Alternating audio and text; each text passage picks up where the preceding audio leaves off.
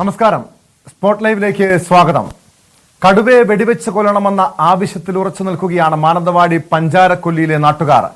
Priyadarshan estate ഓഫീസിന് മുന്നിൽ നാട്ടുകാരുടെ പ്രതിഷേധം ശക്തമാക്കിയിരിക്കുകയാണ്. കടുവയെ പിടിക്കാൻ വനവകുപ്പ് ആത്മാർത്ഥമായി ശ്രമം നടത്തുന്നില്ലെന്ന് ആരോപിച്ചാണ് പ്രതിഷേധം. കടുവയെ പിടിക്കാൻ ഒരു കൂട് മാത്രമാണ് സ്ഥാപിച്ചത്. വനത്തിൽ കാര്യമായ തിരച്ചിൽ നടത്തുന്നതില്ലെന്നും നാട്ടുകാർ ആരോപിക്കുന്നു. വയനാട്ടിലെ നരഭോജി കടുവയെ പിടികൂടാൻ നടപടി ശക്തമാക്കിയിട്ടുണ്ട് വനംവകുപ്പ്. ഉച്ചയ്ക്ക് ശേഷം കുങ്കി ആനകളെ സ്ഥലത്തെത്തിച്ച് തെരച്ചിൽ ഊർജിതമാക്കാനാണ് നീക്കം. നിലവിലിപ്പോൾ ഈ ഭാഗത്ത് തന്നെ ഈ പ്രദേശങ്ങളിലായിട്ട് തന്നെ കാടിനകത്തായിട്ട് സാന്നിധ്യങ്ങൾ നമ്മൾ കണ്ടിട്ടുണ്ട്. ഇന്ന് ക്യാമറ ട്രാപ്പ് ഇമേജസ് ഇപ്പോൾ ചെക്ക് ചെയ്ത് കഴിഞ്ഞിട്ടുണ്ട്, അനലൈസ് ചെയ്തുകൊണ്ടിരിക്കുകയാണ്. അപ്പോൾ അതിൽ ഇമേജസ് എല്ലാം പതിഞ്ഞിട്ടുണ്ട്. അപ്പോൾ താമസിയാതെ നമുക്ക് അതിന്റെ ID കാര്യങ്ങളിലേക്ക് പോകാൻ പറ്റും. ഇത് എവിടെ ഉള്ളതാണെന്നുള്ള സൂചനയുണ്ട്. നേരത്തെ ഇവിടെ നമ്മുടെ ഇല്ല, അതാ ഞാൻ പറഞ്ഞത്. ഇപ്പം ക്യാമറ ട്രാപ്പ് ഇമേജസ് നമ്മൾ പരിശോധിച്ചു, അതിലെല്ലാം ഇമേജസ് ഉണ്ട്. ഇനി അതെല്ലാം നമ്മൾ അനലൈസ് ചെയ്ത് അതിന്റെ ഐഡിയും കാര്യങ്ങളും എടുക്കണം. ഈ കൂട് പരിസരത്താണോ കണ്ടിട്ടുള്ളത്? കൂട് പരിസരത്തും പിന്നെ അതുപോലെ തന്നെ ഇന്റീരിയർ ഭാഗങ്ങളിലുമായിട്ട് ഈ ഭാഗത്ത് തന്നെയുണ്ട്. ഇപ്പോൾ റഡാറിൽ ഓൾറെഡി കടുവയുടെ സാന്നിധ്യമുണ്ട്. ഉണ്ട്. അപ്പൊ ഇനി എങ്ങനെയാ നമ്മുടെ മിഷൻ എങ്ങനെയാ മുന്നോട്ട് പോകുന്നത്? ഇനി നമ്മൾ ഇതില് പാട്രോളിംഗ് എല്ലാം ശക്തിപ്പെടുത്തുന്നത് നമ്മൾ ജനവാസ മേഖലയിൽ കേന്ദ്രീകരിച്ചാണ്. ഈ ഭാഗങ്ങൾ കൂടുതൽ ഡിസ്റ്റർബ് ചെയ്യാതെ കാര്യങ്ങൾ മുന്നോട്ട് കൊണ്ടുപോകാനുള്ള ഒരു പ്ലാനാണുള്ളത്. പിന്നെ ഡോക്ടർ അരുൺ സക്രി ആൻഡ് ടീമും വരുന്നുണ്ട്. അപ്പോൾ എല്ലാവരും കൂടി ഇരുന്ന് നമ്മളൊരു പ്ലാൻ വർക്കൗട്ട് ചെയ്യുന്നതായിരിക്കും. ഇത് കൂട്ടിലാക്കുന്നതിനാണോ പരിഗണന?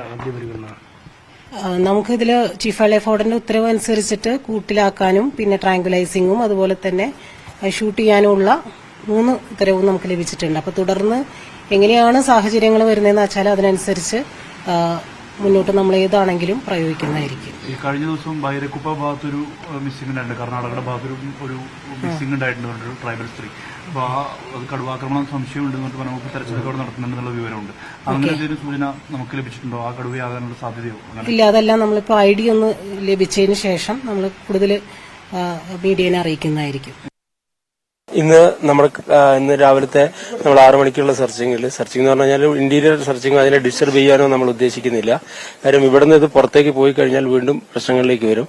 അതുകൊണ്ട് ഇതിന്റെ തൊട്ടടുത്തുള്ള ഭാഗങ്ങളിൽ നമ്മൾ നിരീക്ഷണത്തിന് ആളുകളെ വെച്ചിട്ടുണ്ട്. ഇന്നലെ രാത്രിയിലും അതേപോലെ തന്നെ ഇന്ന് രാവിലെയും നമ്മൾ ജനങ്ങളെ പ്രൊട്ടക്ഷനാണ് കൂടുതൽ നോക്കിയത്. ഫ്രിഞ്ച് ഏരിയയിലും മറ്റുള്ള സ്ഥലങ്ങളിലൊക്കെ ഉള്ള ആളുകളെ കംപ്ലീറ്റ് നോക്കിയിട്ട് അവർക്ക് വേണ്ട സൗകര്യങ്ങളൊക്കെ ചെയ്തു കൊടുത്തിട്ടുണ്ട്. പിന്നെ രണ്ടാമത്തെ കേസ് എന്താണെന്ന് പറഞ്ഞാൽ ഉച്ചയോട് കൂടിയിട്ട് നമ്മൾ വെറ്റിനറി ടീം മാത്രം ഒരു സെർച്ചിങ്ങിന് പോകും. മറ്റ് സ്ഥലങ്ങളിലുള്ള പോലെ നമ്മൾ ഒരു കംപ്ലീറ്റ് കോമ്പിംഗ് ഇന്ന് നടത്താൻ ഉദ്ദേശിക്കുന്നില്ല. എല്ലാ ആൾക്കാരും CCFും മറ്റുള്ള എല്ലാ ആളുകളും ഇവിടെ മാനന്തവാടി തന്നെ ക്യാമ്പ് ചെയ്തിരിക്കുകയാണ്. എല്ലാ ആൾക്കാരും വെറ്റിനറി ടീമും എല്ലാം റെഡിയാണ്. ടീം റെഡിയാണ്. ഏത് നിമിഷം വേണമെങ്കിലും നമുക്ക് കോമ്പ് ചെയ്യാനും ആളുകളെ ഇതാക്കാനുള്ളൊരു ശ്രമത്തിലാണ് നമ്മളുള്ളത്. പിന്നെയുള്ള കേസ് എന്താണെന്ന് പറഞ്ഞു കഴിഞ്ഞാൽ ഇതിന്റെ പ്രസൻസ് ഇവിടെ തന്നെയുണ്ട്. നമ്മുടെ ഫോറസ്റ്റിന്റെ അടുത്ത് തന്നെ ഇതിന്റെ പ്രസൻസ് ഉണ്ട്. അതിനുശേഷം ഡാർട്ടിങ് ചെയ്യാനോ അല്ലെങ്കിൽ അതിനുശേഷം നോക്കിയിട്ട് പിടിക്കാനുള്ള ഒരു പരിപാടിയിലാണ് നമ്മൾ മൂവ് ചെയ്തുകൊണ്ടിരിക്കുന്നത്. മറ്റുള്ള സ്ഥലങ്ങളിൽ കാണുന്ന പോലെ ഒരു കംപ്ലീറ്റ് ഒരു കോമ്പാക്ട് ആയിട്ടുള്ള ഒരു കോമ്പിങ് നമ്മളിവിടെ ഉദ്ദേശിക്കുന്നില്ല. അത് ഇവിടുന്ന് പുറത്തേക്ക് പോയി കഴിഞ്ഞാൽ മറ്റുള്ള സ്ഥലത്ത് നമ്മൾ ഈ കാര്യങ്ങളൊക്കെ A to Z സ്റ്റാർട്ട് ചെയ്യേണ്ടി വരും. അതുകൊണ്ട് ഇവിടെ തന്നെ നിലനിർത്താനുള്ള പരിപാടിയാണ് ചെയ്യുന്നത്.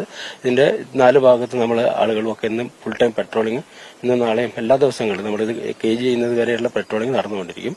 അതോടൊപ്പം തന്നെ ഡ്രോണ് നമ്മൾ ഏകദേശം 38 ക്യാമറകൾ ഓൾറെഡി വെച്ച് കഴിഞ്ഞിട്ടുണ്ട്. അതിൽ ഇന്ന് 6 ലൈവ് സ്ട്രീം ക്യാമറകളും കൂടെ വെക്കുന്നുണ്ട്. അത് കൂടാതെ പെട്രോളിംഗ് ടീം 2 RRT ടീമുകൾ എത്തുന്നുണ്ട്. മറ്റ് ഡിവിഷനുകളിലെ സ്റ്റാഫും വൈൽഡ് ലൈഫും അതേപോലെ തന്നെ സൗത്ത് വയനാട് അവിടെയൊക്കെയുള്ള എല്ലാ സ്റ്റാഫും ഇവിടെ നമ്മൾ കോമ്പിങ്ങിനായിട്ട് ഇവിടെ സജ്ജീകരിച്ചു വെച്ചിട്ടുണ്ട്. കടുവാക്രമണത്തിൽ കൊല്ലപ്പെട്ട മീൻമുട്ടി സ്വദേശിനി രാധയുടെ മൃതദേഹം സംസ്കരിച്ചു. മാനന്തവാടി ഗവൺമെന്റ് മെഡിക്കൽ കോളേജ് മോർച്ചറിയിൽ സൂക്ഷിച്ചിരുന്ന മൃതദേഹം രാവിലെ ബന്ധുക്കൾക്ക് വിട്ടു നൽകി. വീടിന് സമീപത്തെ സമുദായ ശ്മശാനത്തിലാണ് സംസ്കാര ചടങ്ങുകൾ നടന്നത്. അസാധാരണ സാഹചര്യമാണ് വയനാട്ടിൽ ഇപ്പോൾ ഉള്ളത്. ജനങ്ങളാകെയും സർക്കാരിനെതിരെയും വനംവകുപ്പിനെതിരെയും പ്രതിഷേധവുമായി സംഘടിച്ചിട്ടുണ്ട്. കടുവയെ വെടിവെച്ചു കൊല്ലണമെന്ന് ആവശ്യപ്പെട്ട് ജനങ്ങൾ വനംവകുപ്പിന്റെ ബേസ് ക്യാമ്പ് ഉപരോധിച്ചു. വെടിവെക്കൂല എന്നുള്ളവർ 2-3 ഓപ്ഷനാണ് പറഞ്ഞത്. ഒന്ന് കൂട്ടുകയറ്റം, മയക്ക് വെടിവെക്കാം, ലാസ്റ്റ് ഒന്നും നടന്നില്ലെങ്കിൽ വെടിവെക്കാം എന്നതാണ് പറഞ്ഞിട്ടുള്ളത്. ഇത് ലാസ്റ്റ് ഇങ്ങനെയാണ് സംഭവം വരിക എന്നുള്ളത് ഞങ്ങൾക്ക് അറിയുന്നതുകൊണ്ട് തന്നെയാണ് ഞങ്ങൾ ഇത് പറയുന്നത്. പൊട്ടിച്ചു കഴിഞ്ഞാൽ കടുവ ഓടിപ്പോലെ ചെയ്യുക. ഇത് സംഘം അവരെ കണ്ടുകൊണ്ടാണ് ഇവരെ പടക്കം പൊട്ടിച്ചത്. പിന്നെ എപ്പോഴെങ്കിലും സാധ്യതയുണ്ട്. ഈ രാത്രി സാർ നമുക്കൊന്ന് പുറത്തേക്ക് പിന്നെ ബാത്റൂം പോകണമെങ്കിൽ നമുക്ക് ചിലപ്പോൾ ഒരു 10 മണിക്കായിരിക്കും ബാത്റൂം പോവാ. പുറത്തിറങ്ങി ഈ പേടികൊണ്ട് നമുക്ക് ആർക്കും പുറത്തിറങ്ങാൻ പറ്റുമോ? ഇങ്ങനത്തെ ഒരു അവസ്ഥയിലാണ് ഞങ്ങളുള്ളത്. ഫെൻസിംഗിലാണ് ഇട്ടിട്ടുണ്ട്, അത് കറണ്ടും ഇല്ല. കളക്ടർ ഈ സ്ഥാപനത്തിന്റെ ചെയർമാനാണ് കളക്ടർ. ഈ സമയം വരെ ഈ പ്രദേശത്തേക്ക് കടന്നു വരാൻ കളക്ടർക്ക് കഴിഞ്ഞിട്ടില്ല. ഇല്ല, ഇന്നലെ ആ സമയത്താണ് വന്നത്. ഇന്നലെ ഈ സംഭവം നടന്ന് ബോഡി കൊണ്ട് ഇന്നലെ വൈകുന്നേരമാണ് വന്നത്. എന്നിട്ട് ഇന്ന് ഈ സമയം വരെ അവർ വന്നിട്ടില്ല. സബ് കളക്ടർ ഇതിന്റെ MD പുള്ളിക്കാരൻ ഈ പ്രദേശത്തേക്ക് എത്തിയില്ല. ഈ സംഭവവുമായിട്ട് ബന്ധപ്പെട്ട് ഞങ്ങളിപ്പോൾ അവരുടെ അവ്യക്തത മാറ്റണമെന്ന് മാത്രമേ പറഞ്ഞിട്ടുള്ളൂ. വേറെ കാര്യങ്ങൾക്കും ഞങ്ങൾക്കില്ല. ഈ നരഭോജനത്തിൽപ്പെട്ട കടുവയാണോ, ഇതിനെ കണ്ടു കഴിഞ്ഞാൽ വെടിവെക്കുമോ, ഇതുമായിട്ട് സംസാരിക്കാനാണ് ഞങ്ങൾ വന്നത്. അപ്പൊ അവർക്ക് ഈ നാഷണൽ ടൈഗർ അതോറിറ്റിയുടെ ഒരു 5 ക്ലോസിൽ പറഞ്ഞിട്ടുള്ള കാര്യങ്ങളുമായിട്ട് ബന്ധപ്പെട്ട് നോക്കുമ്പോൾ ഇതിനവർ കൊല്ലില്ല. അതിനുള്ള മാർഗ്ഗങ്ങൾ, അല്ലെങ്കിൽ ഇവർ പടക്കം പൊട്ടിച്ചിട്ട് എന്തിനാ ഈ പടക്കം പൊട്ടിക്കേണ്ട ആവശ്യത്തിന്? ആനയൊക്കെയാണ് നമ്മൾ ഓടിക്കാൻ വേണ്ടി പടക്കം, ഇതിനെന്തിനാ പൊട്ടിക്കുന്നത്? ഇതിന് ഓടിക്കാൻ വേണ്ടിയിട്ടാ? അപ്പൊ ഇതിനവരെ കൊല്ലില്ല, പ്രശ്നം മാത്രമാക്കുന്നതാണ് ഇപ്പം. അതിനെതിരെയുള്ള പ്രതിഷേധം മാത്രമേ ഉള്ളൂ. വനം മന്ത്രി ഒരു കാര്യം പറഞ്ഞു, എന്താ കാടിനകത്ത് വെച്ചിട്ടാണ് ഇവരെ അവർക്ക് ആര് കൊടുത്തു? ഈ ഫോറസ്റ്റ് ഡിപ്പാർട്ട്മെന്റ് അല്ലേ ഇത്തരം കാര്യങ്ങൾ ചെയ്തിട്ടുണ്ടാവുക? ഈ ഫോറസ്റ്റ് ഡിപ്പാർട്ട്മെന്റ് അല്ലേ അദ്ദേഹത്തെ തെറ്റിദ്ധരിപ്പിച്ചിട്ടുണ്ടാവുക? എന്തെങ്കിലും ഒരു കാര്യങ്ങൾ കേൾക്കുമ്പോൾ വ്യക്തിയുടെ പറമ്പിൽ നിന്നാണ് ഇവരെ ഈ വിഷയത്തെ ഡൈവേർട്ട് ചെയ്ത് കൊണ്ടുപോകാനുള്ള ആ ശ്രമത്തെ ഞങ്ങൾ തടുക്കും. ഒപ്പം ഇവര് എന്താ പറയാ തൂട്ടച്ചൈറ്റ് എന്നുള്ള ഒരു സാഹചര്യമില്ല എന്നുള്ള ആ ഓർഡറിൽ നിന്ന് തന്നെ ഇവിടെയുള്ള എല്ലാ മാധ്യമ പ്രവർത്തകർക്കും വ്യക്തമായ കാര്യമാണ്. വിശദാംശങ്ങളുമായി വയനാട്ടിൽ നിന്ന് MS അനീഷ് കുമാർ ചേരുന്നുണ്ട്. അനീഷ്, രാധ ഈ കടുവ ആക്രമണത്തിൽ കൊല്ലപ്പെട്ട് 24 മണിക്കൂർ കഴിഞ്ഞിട്ടും ഈ കടുവയെക്കുറിച്ച് യാതൊരു വിവരവുമില്ല. കടുവയെ പിടികൂടാനുള്ള നടപടികളുടെ കാര്യത്തിൽ പോലും ചില അനിശ്ചിതത്വമുണ്ട്. അതായത് കടുവയുടെ സാന്നിധ്യം ഇപ്പോൾ അവിടെ ഉണ്ട് എന്ന് പറയുമ്പോഴും ഇന്നലെ വനം മന്ത്രി പറഞ്ഞത് ഈ കടുവയെ നരഭോജിയായി പ്രഖ്യാപിച്ച് വെടിവെച്ച് കൊല്ലുമെന്നാണ്. ഒടുവിൽ മന്ത്രിയുടെ വാക്കൊക്കെ പാഴ്വാക്കാകുന്ന സാഹചര്യം. ജനങ്ങൾ ഇപ്പോഴും വലിയ പ്രതിഷേധത്തിൽ തന്നെയാണോ അനീഷ്?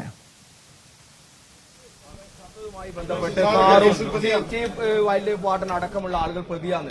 പഞ്ചാരക്കൊല്ലിയിലെ കടുവ ചത്താൽ ഇവർ അതിനും വലിയ പ്രതിയാവും. ഇവർ അതിന് തയ്യാറാവില്ല എന്നുള്ളതിന്റെ എന്താ പറയാ, ഈ ഒരു അസാധാരണമായ സാഹചര്യമാണ് വയനാട്ടിൽ ഇപ്പോൾ നിലനിൽക്കുന്നത്. അതായത് ഒരു ആദിവാസി സ്ത്രീ കടുവാക്രമണത്തിൽ കൊല്ലപ്പെട്ട് 24 മണിക്കൂർ കഴിഞ്ഞിട്ടും കടുവയെ പിടികൂടാൻ കഴിഞ്ഞിട്ടില്ല.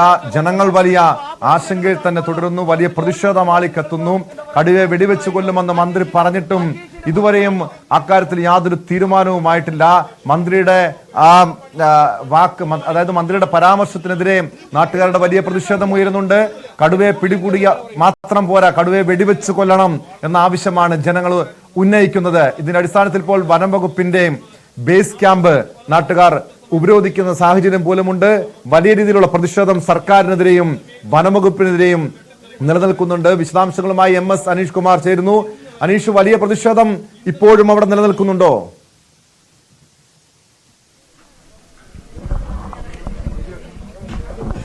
ടോം, വലിയ പ്രതിഷേധം തന്നെ നിലനിൽക്കുന്നു. നമ്മളിപ്പോൾ ദൃശ്യങ്ങളിൽ കാണുന്നത് ഈ സമരസ്ഥലത്ത്, അതായത് വനംവകുപ്പ് ഉദ്യോഗസ്ഥർ തമ്പടിക്കുന്ന ക്യാമ്പിന് തൊട്ട് മുൻവശത്ത് പ്രതിഷേധക്കാർ നിലയുറപ്പിച്ചിരിക്കുന്നതാണ്.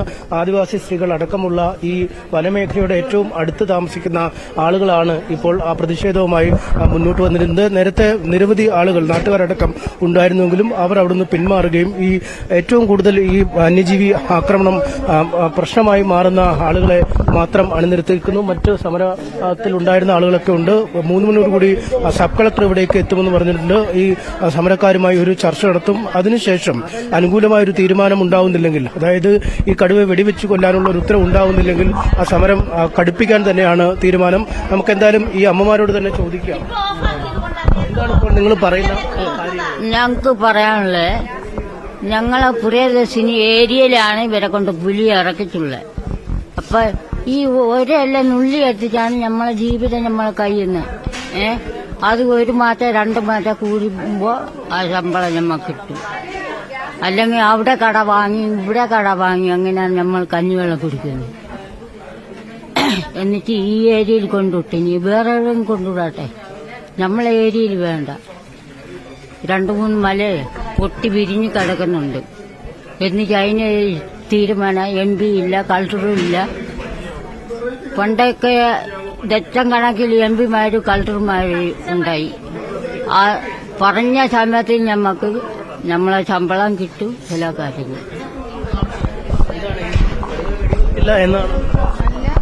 വെടിവെക്കൂല എന്നാണ് ഞങ്ങളുടെ ആശങ്ക. ആ ആശങ്ക മാറ്റാനേ അതിനെ വെടിവെച്ച് കൊല്ലണം, അത്രേ ഞങ്ങൾ പറയുന്നുള്ളൂ. കാരണം ഇത്ര വരെയും വരാതിരുന്ന ഒരു കടുവ പെട്ടെന്ന് പ്രത്യക്ഷപ്പെട്ട് ആ പ്രത്യക്ഷപ്പെട്ട സമയത്ത് തന്നെ ഒരു ചേച്ചിയെ അങ്ങനെ കൊന്നു തിന്നുകയും ചെയ്തു. പകുതി അത് പണിക്ക് വന്നതാണ്, അത് അത്ര ദൂരെ നിന്ന് പണിക്ക് വന്നതാണ് നേരം വെളുത്തപ്പോ അതിനങ്ങ് ഒന്ന് തിന്ന്.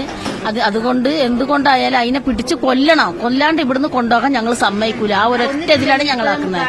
അതാണ് അതുകൊണ്ട് ഒരു തീരുമാനമാകുന്ന വരെ ഞങ്ങൾ ഇതേപോലെ തുടരും. കൊല്ലണം, കൊന്നതിന് ശേഷം മാത്രമേ ഞങ്ങൾ ഇവിടുന്ന് അതിനെ വിടുള്ളൂ. അതാ ഞങ്ങളതല്ല വിടൂല. തൊട്ടടുത്ത അവര് കൊന്നതിന്റെ തൊട്ടടുത്ത ഞങ്ങളുടെ വീട് താഴെയുള്ളത്. രാത്രി ഞങ്ങൾ ഉറങ്ങിയിട്ടൊന്നുമില്ല. രാത്രി നേരെ പൊളിപ്പിച്ചതാ ഇരുന്നിട്ട്. അത് ഭർത്താവന്മാരൊന്നും ഞങ്ങൾക്കില്ല, പെണ്ണുങ്ങൾ മാത്രമേ ഉള്ളൂ. 2-3 ആളൊക്കെ ഒരു വീട്ടിലുള്ളത്. ഇങ്ങനെ കാമ്പോ എങ്ങനെ ഉറങ്ങാനാ? ആ വീടിന്റെ ബേക്കിൽ അലക്കുമ്പോ വന്ന് പിടിച്ചാൽ ആരും അറിയില്ല, പിടിച്ചിട്ടങ്ങ് കൊണ്ടുപോകും. ഓടിക്കാത്തേച്ച് പോണം അങ്ങ് മലയിൽ. അവിടുന്ന് ഓരല്ലേ ചപ്പും ഞങ്ങൾ നുള്ളിയെടുത്ത്. മാനന്തവാടി നഗരസഭാ ചെയർപേഴ്സൺ അടക്കമുള്ളവരുടെ ഒരു ന്യായമായ ആവശ്യമാണ്. തീർച്ചയായും ഈ നരഭോജിയായ കടുവയെ ഇങ്ങനെ ഇവിടെ വേറെ സ്ഥലങ്ങളിൽ കൊണ്ടിടുകയല്ലേ, അതിനെ കൊന്നേ ഞങ്ങൾ ഇവിടുന്ന് എണീക്കുള്ളൂ. അതാണ് ഞങ്ങളുടെ തീരുമാനം. അതിനെ നശിപ്പിക്കണം എന്തായാലും ശരി. ജനങ്ങളെ കൂടെ ഞങ്ങളുണ്ട്. ഈ കാട്ടിൽ ഇന്നലെ കാട്ടില് ഈ പടക്കം പൊട്ടിക്കുകയൊക്കെ ചെയ്തെന്ന് പറഞ്ഞു. അപ്പൊ പടക്കമൊന്നും ഇതിനൊരു പ്രതിവിധിയല്ല. പടക്കം പൊട്ടിച്ചതിനെ കൊണ്ട് ഒരു പ്രതിവിധിയാവോ? ഒരിക്കലും. ഉള്ളിലോട്ട് കയറിപ്പോയാലും പിന്നെയും സാധ്യതയുണ്ട്.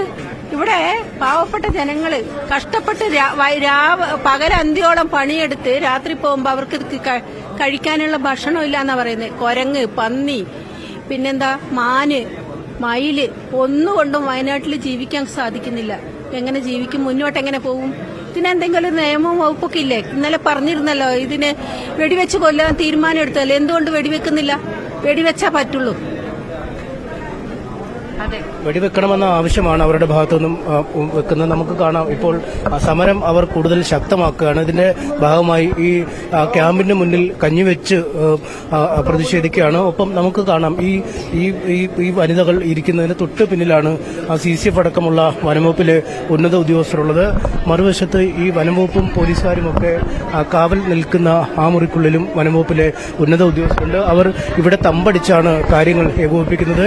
ഈ കാര്യത്തിൽ ഒരു തീരുമാനമെടുക്കാതെ, അതായത് ഈ കടുവയെ വെടിവെച്ച് കൊല്ലാനുള്ള ഒരു ഉത്തരവിറങ്ങിയെങ്കിൽ പോലും അതിന് ഒരു നടപടി വനംവകുപ്പിന്റെ കാര്യത്തിൽ വനംവകുപ്പിന്റെ ഭാഗത്തു നിന്നും ഉണ്ടാവണം. അല്ലെങ്കിൽ ഒരു കാരണവശാലും ഈ ഉദ്യോഗസ്ഥരെ പുറത്തേക്ക് വിടില്ല എന്ന നിലപാടിലാണ് അവർ ഉറച്ചു നിൽക്കുന്നത്. പ്രിയദർശിനി എസ്റ്റേറ്റിന്റെ ഒരു ഗസ്റ്റ് ഹൌസ് ആണ് ഇത്. നമുക്ക് ആ ദൃശ്യങ്ങൾ കൂടി കുറച്ച് കണ്ടാൽ ഈ ഇവിടുത്തെ ഒരു ഭൂപ്രകൃതിയെക്കുറിച്ചൊരു ധാരണ ലഭിക്കും. പ്രിയദർശിനി എസ്റ്റേറ്റിൽ നിന്നും മുകളിലേക്ക് വരുന്ന വഴിയാണിത്. ഈ വഴി നേരെ കുറച്ചുകൂടി മുന്നോട്ട് പോയാൽ അവിടെ വാഹനങ്ങളൊക്കെ കിടക്കുന്ന ഒരു സ്ഥലമുണ്ട്. ഇവിടുന്ന് കുറച്ച് മുന്നോട്ട് പോയി ഇടത്തേക്ക് തിരിഞ്ഞ് പോകുമ്പോഴാണ് ഈ രാധയെ ഈ കടുവ കടിച്ച സ്ഥലം. മുൻമന്ത്രി PK ജയലക്ഷ്മി അടക്കമുള്ളവരുണ്ട്. ഈ ആളുകൾ അടുത്ത നിലപാടിലേക്ക് നിൽക്കുകയാണ്. ഈ വെടിവെക്കുന്ന തീരുമാനത്തിൽ നിന്നും വനംവകുപ്പ് പിന്നോട്ട് പോകുന്നു എന്നതാണോ നിങ്ങൾ അടക്കമുള്ള? അല്ല, ഇപ്പോൾ നമുക്ക് മനസ്സിലാക്കാൻ കഴിയുന്ന അവർ പിന്നോട്ട് പോകുന്ന ഒരു കാഴ്ചയാണ് നമുക്ക് കാണാൻ കഴിയുന്നത്. കാരണം ഇന്നലെ ഒരു അതിദാരുണമായ ഒരു സങ്കടകരമായ ഒരു കാഴ്ചയാണ് ഇവിടെ കണ്ടത്. രാധ എന്ന സഹോദരിയെ അവര് ജോലിക്ക്, ഒരു സ്വകാര്യ വ്യക്തിയുടെ പറമ്പില് ജോലിക്ക് പോയ സമയത്താണ് കടുവ കടിച്ചു കൊന്നത്. ഇന്നലെ തന്നെ വനം വകുപ്പ് പറഞ്ഞു ഇതിന്റെ ഉത്തരവിട്ടിട്ടുണ്ട്. പിന്നെ നരഭോജി കടുവയെ എത്രയും പെട്ടെന്ന് വെടിവെച്ചു. ഈ സമയം ഇത്രയായിട്ടും, ഇന്നലെ ഇതേ സമയത്ത് ഇതിനു മുമ്പ് സംഭവിച്ച ഈ സമയം ആയിട്ട് പോലും നരഭോജി കടുവയെ ലൊക്കേറ്റ് ചെയ്യാനോ അല്ലെങ്കിൽ വെടിവെക്കാനുള്ള ഒരു ശ്രമവും വനംവകുപ്പിന്റെ ഭാഗത്തുനിന്നുണ്ടായിട്ടില്ല. പിന്നെ ഇത്രയും ഈ ജില്ലയുടെ ചാർജുള്ള മന്ത്രിയാണ് വനംവകുപ്പ് മന്ത്രി. പക്ഷെ അദ്ദേഹം ഈ വയനാട്ടിൽ ചാർജ് ഉണ്ടായിട്ട് പോലും ഈ സംഭവം ഉണ്ടായിട്ട് ഈ സ്ഥലത്തൊന്ന് എത്തി നോക്കാൻ പോലും അദ്ദേഹത്തിന് കഴിഞ്ഞിട്ടില്ല. പിന്നെ ജില്ലാ ഭരണകൂടത്തിന്റെ ഈ സ്ഥാപനം എന്ന് പറയുന്നത് പ്രിയദർശിനി എസ്റ്റേറ്റ് എന്ന് പറയുന്നത്, പിന്നെ ഇതിന്റെ ചെയർമാൻ എന്ന് പറയുന്നത് ജില്ലാ കളക്ടറാണ്. പിന്നെ സബ് കളക്ടറിന്റെ മാനേജിംഗ് ഡയറക്ടറാണ്. കാരണം ഇത് പട്ടികവർഗ വികസന വകുപ്പിന്റെ കീഴിൽ പ്രവർത്തിക്കുന്ന ഒരു സ്ഥാപനമാണ്. കളക്ടറും ഈ സ്ഥലത്ത് ഇത്രയും ഇവിടുത്തെ ജനങ്ങൾ ഭീതിയോടെയാണ് ഈ ഓരോ നിമിഷവും കഴിഞ്ഞുകൂടിക്കൊണ്ടിരുന്നത്. അവർക്ക് ആർക്കും പുറത്തിറങ്ങാൻ പറ്റുന്നില്ല. കാരണം നരഭോജി കടുവ ഇവിടെ കിടക്കില്ലേ, എപ്പോ എവിടെ എങ്ങനെ ആക്രമിക്കുമെന്നോ ഭയത്തിലാണ് ഇവിടുത്തെ ജനങ്ങൾ. അതുകൊണ്ട് തന്നെയാണ് അവര് ജീവൻ മരണ പോരാട്ടമാണ് ഇവിടെ നടത്തുന്നത്. അവരുടെ ഓരോ ജീവനും അതിൻ്റെതായ വിലയുണ്ട്. പക്ഷെ എന്താ പറയാ, വനംവകുപ്പ് ഇതിനെ ഒരു നിസ്സാരവൽക്കരിക്കുന്നോ എന്നതിനെ സംബന്ധിച്ച് ഞങ്ങൾക്ക് സംശയമുണ്ട്. എത്രയും പെട്ടെന്ന് നരഭോജി കടുവയെ വെടിവെച്ച് കൊല്ലണം എന്നാണ് ഞങ്ങൾക്ക് പറയാൻ. ഈ ഇന്നലെ പടക്കം പൊട്ടിക്കുകയൊക്കെ ചെയ്യുന്ന പറഞ്ഞു കാട്ടിൽ, ഈ പടക്കം പൊട്ടിക്കുമ്പോൾ ഒരുപക്ഷെ ഉള്ളിലേക്ക് വലിയാനല്ലേ സാധ്യത? അത് ഈ കടുവ മനുഷ്യ ശരീരം ഭക്ഷിച്ചു. അത് ഭക്ഷണം കഴിച്ചു കഴിഞ്ഞാൽ പിന്നെ അതിന്റെ കടുവ പിറ്റേ യാത്ര ചെയ്യില്ല എന്നാണ് പറയുന്നത്. അപ്പൊ അതുകൊണ്ട് ഇന്നലെ മനുഷ്യർ കഴിച്ചതുകൊണ്ട് ഈ ഇവിടെയുള്ള തണുപ്പുള്ള ഏതോ പ്രദേശ കടുവ ഇപ്പൊ ഉണ്ട്. അത് ഫോറസ്റ്റ് ലൊക്കേറ്റ് ചെയ്തിട്ടുണ്ട്. പക്ഷെ അവർ വെടിവെച്ച് അതിന് സർക്കാർ ഓർഡർ അംഗീകരിച്ച് ചെയ്യാൻ ധൈര്യപ്പെടുന്നില്ല എന്ന് ഞങ്ങൾക്ക് മനസ്സിലാവുന്നത്. ഈ പടക്കം പൊട്ടിച്ചത് തന്നെ ഇതിനെ ഇവിടുന്ന് ഓടിച്ചുവിടാൻ വേണ്ടി ചെയ്തതാണ്. പക്ഷെ ഇന്നലെ അത് പോകില്ല എന്ന് പറഞ്ഞാൽ പകുതി മാംസം ഇപ്പോഴും ബാക്കിയുണ്ട്. അതിന്റെ ദൃഷ്ടിയിൽ അത് കഴിക്കാൻ അത് വീണ്ടും വരും. അപ്പൊ അന്നേരം കൂട് വെച്ച് പിടിക്കാന്നാണ് ഇപ്പൊ ഇവിടെ വനം വകുപ്പ് വിചാരിക്കുന്നത്. പക്ഷെ മനുഷ്യനെ ഭക്ഷിക്കുന്ന ഒരു കടുവ എന്ന് പറഞ്ഞാൽ അത് വീണ്ടും മനുഷ്യനെ ഭക്ഷിക്കും. മറ്റുള്ള മനുഷ്യന്റെ പേരിലും അത് ആപത്തുണ്ടാക്കും. അതുകൊണ്ടാണ് ജനങ്ങൾ പറയുന്നത് അതിന് വെടിവെച്ച് കൊല്ലണമെന്ന്. എല്ലാ കടുവകളും മനുഷ്യനെ ഭക്ഷിക്കുന്ന കടുവകളല്ല. ഈ കടുവ മനുഷ്യനെ ഭക്ഷിച്ചതുകൊണ്ട് ഇപ്പോൾ ലൊക്കേറ്റ് ചെയ്താൽ ഇവിടെ കിട്ടും. ഇതിനെ പിടിച്ച് വേറെ സ്ഥലത്ത് കൊണ്ടുപോയിട്ട് വിട്ടാലും അവിടെയുള്ള ജനങ്ങൾക്ക് ഭീഷണിയായിരിക്കും. അതുകൊണ്ട് അതിന് ഏറ്റവും നല്ലത് ഗവൺമെന്റ് ഇട്ട ഓർഡർ വനം വകുപ്പ് നടപ്പിലാക്കണം. നടപ്പിലാക്കി കഴിഞ്ഞാൽ പ്രശ്നങ്ങൾ തീരും. ഒരു മനുഷ്യന് പോലും ഇവിടെ പുറത്തിറങ്ങാൻ സാധിക്കുന്നില്ല. ഇവിടെ എല്ലാം കൂലിപ്പണിക്ക് പോകുന്ന ആളുകൾ. ഈ എസ്റ്റേറ്റ്, പ്രീ എസ്റ്റേറ്റ് എന്ന് പറയുന്നത് പ്രധാനമന്ത്രിയായ ഇന്ദിരാജി അടിമകളായി ഇരുന്ന പട്ടികവർഗക്കാരെ, ആദിവാസി വിഭാഗങ്ങളെ കുടിയിരുത്തി അവർക്ക് തൊഴിലും നൽകാൻ വേണ്ടി ഉണ്ടാക്കിയ എസ്റ്റേറ്റാണ്. 72ഓളം കുടുംബങ്ങൾ ഇവിടെ താമസിക്കുന്നുണ്ട്. ഈ തേയിലത്തോട് ജോലി ചെയ്ത് അവർ നിൽക്കുന്നത്. ഈ തേയിലത്തോട് എവിടെയും ഇത് പതിയിരിക്കുന്ന പേടിയാണ്. ഇന്നാരും പണിക്ക് പോയിട്ടില്ല. ഇനി എന്ന് പണിക്ക് പോകുന്നതിനും പറയാൻ പറ്റില്ല. അതുപോലെ സമീപ പ്രദേശത്തൊക്കെ എല്ലാം പാവപ്പെട്ട ആളുകളാണ്. ഒരുപാട് ജനങ്ങൾ തിങ്ങിപ്പാർക്കുന്ന പ്രദേശമാണ്. അവർ കാപ്പിയും ഇതൊക്കെ ഓരോ കൃഷി ചെയ്ത് ജീവിക്കുന്നതാണ്.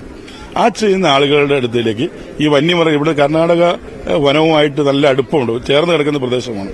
ഒരു ഫെൻസിങ്ങോ ഇതിനൊരു സംരക്ഷണം നൽകുന്നതുകൊണ്ട് ഒരു കാര്യവും ഈ ഗവൺമെന്റ് ചെയ്യാത്തതാണ് ജനങ്ങൾ ഇതുപോലെ അലറി വരാൻ കാരണം. അല്ലെങ്കിൽ അവർക്ക് എന്തെങ്കിലും ചെയ്തിരുന്നു. ഒരു കഴിഞ്ഞ ഗ്രാമസഭയിൽ പോലും ജനങ്ങൾ പറഞ്ഞ ആവശ്യപ്പെട്ട ഏറ്റവും പ്രധാനപ്പെട്ട കാര്യം ഞങ്ങൾക്ക് ഫെൻസിങ് വേണമെന്നുള്ളതാണ്, വന്യമൃഗം കൂടെ കടക്കാതിരിക്കാൻ വേണ്ടി. പക്ഷെ ഫോറസ്റ്റ് ഡിപ്പാർട്ട്മെന്റ് ഫെൻസിംഗ് അല്ല, ഒരു 20 മീറ്റർ സ്ഥലത്ത് കാട് വെട്ടി തെളിച്ചിടാൻ പറഞ്ഞു. അങ്ങനെയാണെങ്കിൽ പോലും കടുവയോ വന്യമൃഗങ്ങൾ കൂടെ ദൂരെ നിന്ന് കാണാൻ സാധിക്കും. ഇത് നമ്മൾ ഇവിടെ സംഭവിച്ച പകലാണ്, രാത്രിയല്ല.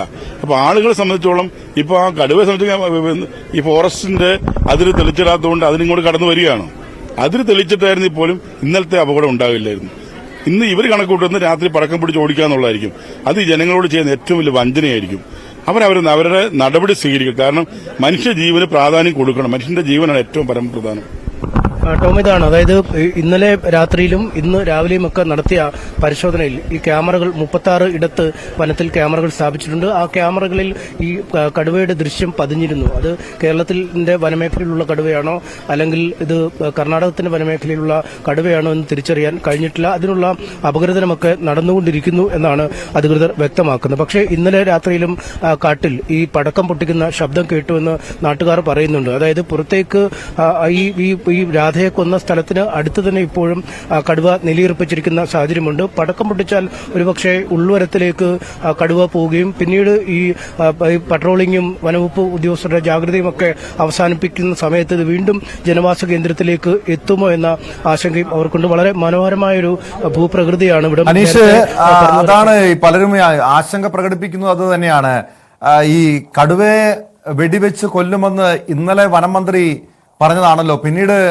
അതിനുള്ള നടപടികൾ എന്തുകൊണ്ടാണ് വനംവകുപ്പ് സ്വീകരിക്കാത്തത്?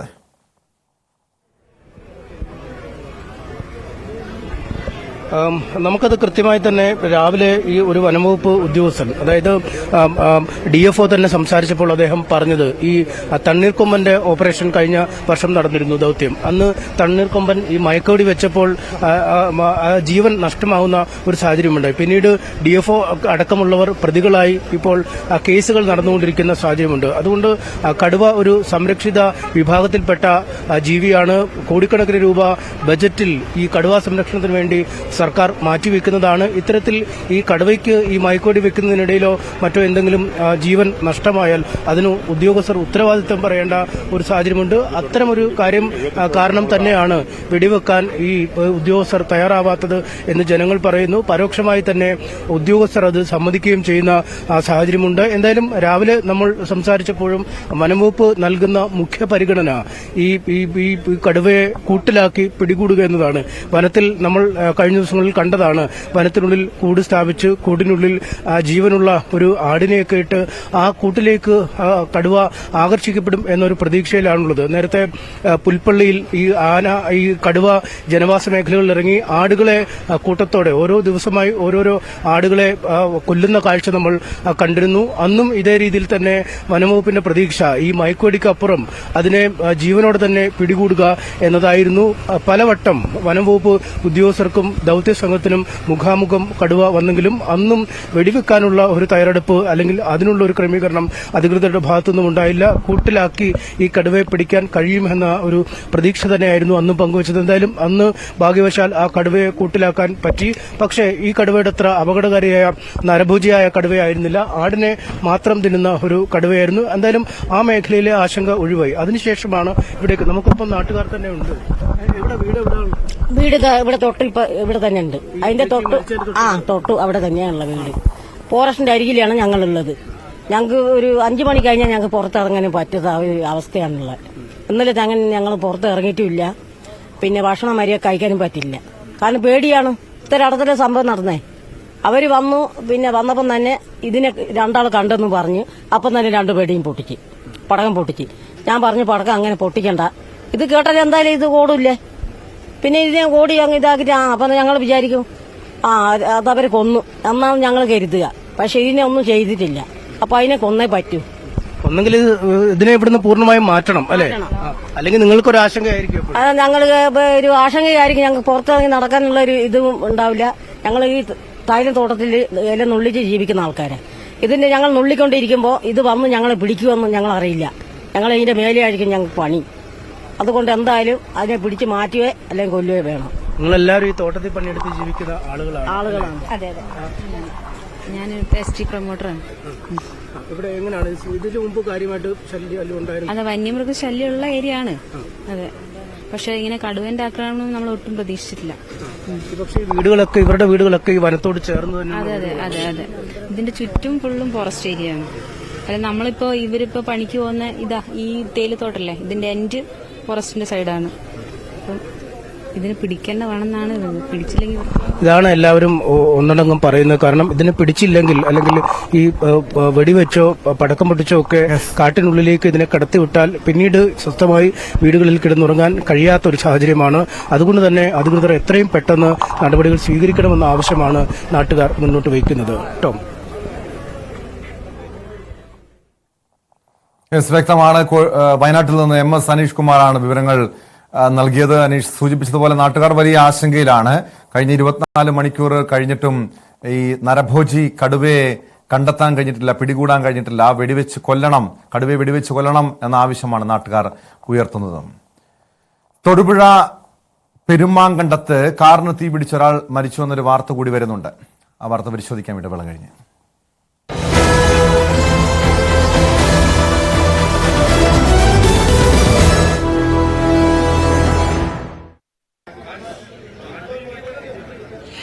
തീർച്ചയായും ഒരു വശത്ത് രാധയുടെ സംസ്കാരത്തിനുള്ള നടപടിക്രമങ്ങൾ പുരോഗമിക്കുമ്പോൾ മറുവശത്ത് ഈ കടുവയെ കൂട്ടിലാക്കി പിടികൂടുക എന്ന ലക്ഷ്യവുമായി വനംവകുപ്പ് ഊർജിതമായ പരിശ്രമം നടത്തി വരികയാണ്. ഇന്നലെ ഈ സംഭവം നടന്ന് മണിക്കൂറുകൾ കഴിഞ്ഞപ്പോൾ ഏതാണ്ട് 3 മണിയോടുകൂടി വീണ്ടും കടുവയുടെ സാന്നിധ്യം അനുഭവപ്പെട്ടിരുന്നു. രാധയുടെ മൃതദേഹം കടന്ന സ്ഥലത്തേക്ക് പോയ നാട്ടുകാർ കടുവയെ നേരിട്ട് കാണുകയും ചെയ്തു. അതുകൊണ്ട് തന്നെ ആ മേഖലയിൽ തന്നെ കടുവ ഉണ്ടാകും എന്ന് വനംവകുപ്പ് ഉദ്യോഗസ്ഥർ ഉറപ്പിച്ചു പറയുകയാണ്. അതിന്റെ അടിസ്ഥാനത്തിലാണ് ഈ മൃതദേഹം കാണപ്പെട്ട സ്ഥലത്തിനോട് കെട്ടിടത്തിനോട് ചേർന്ന് തന്നെ പ്രത്യേക കൂട് തയ്യാറാക്കിയത്. ഇലകളും മരച്ചില്ലകളും ഒക്കെ ചേർത്ത് ഒറ്റനോട്ടത്തിൽ കൂടാണെന്ന് തിരിച്ചറിയാൻ കഴിയാത്ത വിധമുള്ള ഒരു കെണിയാണ് അവിടെ ഒരുക്കി. അതിനുള്ളിൽ ആടിനെയും ജീവനുള്ള ആടിനെയും സൂക്ഷിച്ചിട്ടുണ്ട്. അവിടേക്ക് കടുവ എത്തും എന്നൊരു പ്രതീക്ഷ തന്നെയാണ് വനംവകുപ്പ് ഉദ്യോഗസ്ഥർക്കുള്ളത്. സാധാരണഗതിയിൽ ഒരു സ്ഥലത്ത് കടുവ ഒരു ഇരയെ പിടികൂടിയാൽ പിന്നീട് ആ സ്ഥലത്തേക്ക് വീണ്ടും എത്തുന്ന പ്രവണത കാണിക്കാറുണ്ട്. നേരത്തെ പുൽപ്പള്ളിയിൽ മറ്റും അമരക്കുരി മേഖലയിൽ എത്തിയ കടുവ വളർത്തു മൃഗങ്ങളെ ആടുകളെയാണ് പിടികൂടിയത്. ഓരോ ആടുകളെയും കൊന്ന ശേഷം മണിക്കൂറുകളുടെ ഇടവേളയിൽ ആ സ്ഥലത്തേക്ക് തന്നെ എത്തിയിരുന്നു. അവിടെ സ്ഥാപിച്ചിരുന്ന കൂടുകളുടെ സമീപത്തേക്ക് എത്തിയിരുന്നു. പക്ഷേ പലപ്പോഴും കൂടുകളിൽ കയറാതെ ഈ കൂടുകൾക്ക് ചുറ്റും news 18 Keralam shop credits.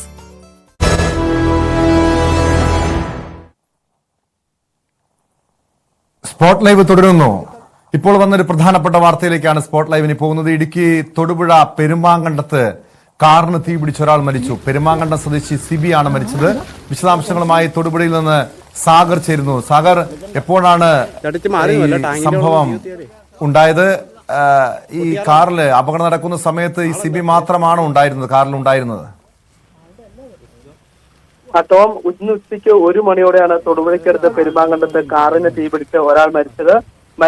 East Kaloor സ്വദേശിയായ സിബി ആണെന്നാണ് പോലീസ് വ്യക്തമാക്കുന്നത്. ഇന്ന് ഉച്ചയോടെയായിരുന്നു ഇത്തരത്തിൽ കാറിന് തീപിടിച്ച ഒരു അപകടം ഉണ്ടായത്. വീട്ടിൽ നിന്ന് ഇന്ന് രാവിലെ സാധനങ്ങൾ വാങ്ങുന്നതിനായി വീട്ടിൽ നിന്ന് ഇറങ്ങിയതായിരുന്നു സിബി. പിന്നീടാണ് ഇന്ന് ഉച്ചയോടെ കാർ ഇങ്ങനെ ഇത്തരത്തിൽ തീ പിടിച്ചതായി നാട്ടുകാർ അറിയുന്നത്.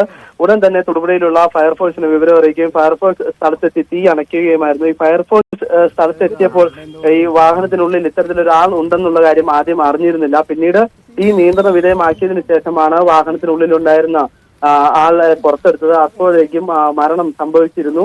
എന്തായാലും പ്രദേശവാസികളും നാട്ടുകാരും എല്ലാം അടക്കം തന്നെ പ്രദേശത്തേക്ക് എത്തി. ഉടൻ തന്നെ സിബിയുടെ കുടുംബാംഗങ്ങൾ ഈ മരിച്ചത് സിബി തന്നെയാണെന്ന് ഉറപ്പിക്കുകയായിരുന്നു. എന്നാലും കൂടുതൽ പരിശോധനകൾ നടത്തേണ്ടി വരുമെന്നാണ് പോലീസ് അറിയിച്ചിരിക്കുന്നത്. ഈ മരിച്ച സിബി കുമാരമംഗലം സർവീസ് തീപിടുത്തത്തിന് കാരണം എന്താണെന്ന് വ്യക്തമായിട്ടുണ്ടോ സാഗർ? കാരണം ഈ അപകടം നടക്കുന്ന സമയത്ത് കാറിൽ നിന്ന് രക്ഷപ്പെടാനുള്ള സാഹചര്യമൊന്നും അപ്പോൾ ഉണ്ടായിരുന്നില്ലേ? തീർച്ചയായും അത്തരമൊരു കാര്യങ്ങൾക്ക് ഒരു വ്യക്തത വരേണ്ടത് തന്നെയുണ്ട്. കാരണം ഇത്തരത്തിൽ തീപിടിക്കാനുള്ള ഒരു കാരണം ഇപ്പോൾ വ്യക്തമല്ല. ഈ അപകടം നടന്ന സ്ഥലത്ത് നിന്ന് ഏകദേശം 1.5 കിലോമീറ്റർ അകലെയാണ് സിബിയുടെ വീട്. ഇദ്ദേഹം സാധനങ്ങൾ വാങ്ങിക്കുവാനാണെന്ന് പറഞ്ഞാണ് രാവിലെ വീട്ടിൽ നിന്ന് വാഹനവും എടുത്തുകൊണ്ട് പുറപ്പെട്ടത്. ഈ പോകുന്ന വഴിയിൽ നിന്ന് അല്പം മാറി ജനവാസ മേഖല കുറഞ്ഞൊരു പ്രദേശത്താണ് ഈ വാഹനം ഇപ്പോൾ തീ പിടിച്ച് അപകടം സംഭവിച്ചിരിക്കുന്നത്. മെയിൻ റോഡിൽ നിന്നും അല്പം അകത്തേക്ക് മാറിയുള്ള ഒരു പ്രദേശമാണ് ഇവിടെ സാധാരണ ജനങ്ങൾ കുറവ് താമസിക്കുന്ന ഒരു പ്രദേശമാണ്. ആ ഒരു മേഖലയിലേക്ക് എന്തിനാണ് ഈ കാർ ഇത്തരത്തിൽ ഒതുക്കിയിട്ടത്, ഇല്ലെങ്കിൽ തീ പിടിക്കാനുള്ള ഒരു കാരണം എന്താണെന്നെല്ലാം തന്നെ കൂടുതലായി പരിശോധിക്കേണ്ടതുണ്ട്. ഈ കാര്യങ്ങളെല്ലാം തന്നെ പോലീസ് പരിശോധിക്കുന്നുണ്ട്. കാരണം തൊടുപുഴ ടൗണിലേക്ക് വരുവാനാണെങ്കിൽ ഈ സിബിക്ക് വാഹനം ഓടിച്ച് നേരെ തന്നെ പോയാൽ മതി. ഇടവഴിയിലേക്ക് കയറി വന്ന് കാർ ഒതുക്കിയിടുക അല്ലെങ്കിൽ തീ പിടിച്ചുണ്ടായ മറ്റു കാര്യങ്ങളെല്ലാം തന്നെ പൂർണ്ണമായി പരിശോധിക്കേണ്ടതുണ്ട്. സിബിയുടെ കുടുംബാംഗങ്ങളെല്ലാം ഇത് മരിച്ചത് സിബി തന്നെയാണെന്ന് ഉറപ്പിച്ചിട്ടുണ്ട്. ഇനി കൂടുതൽ പരിശോധനയ്ക്കായി തൊടുപുഴയിലുള്ള ജില്ലാ ആശുപത്രിയിലേക്ക് മൃതദേഹം മാറ്റേണ്ട നടപടികൾ പുരോഗമിച്ചു വരികയാണ്. ഈ പ്രദേശത്തേക്ക് കൂടുതലായി ആളുകൾ എത്തിയിട്ടുണ്ട്. ഇപ്പോൾ ഈ മാരുതി 800 കാറിനാണ് തീ പിടിച്ചത്.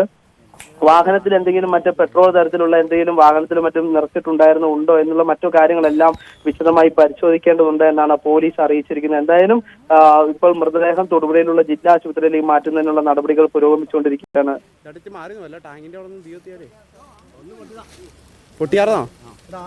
വ്യക്തമാണ്. സാഗറാണ് തൊടുപുഴയിൽ നിന്നും വിവരങ്ങൾ നൽകിയത്. തൊടുപുഴയിലാണ് ഓടുന്ന കാറിന് തീപിടിച്ച് ഒരാൾ മരിച്ചത്.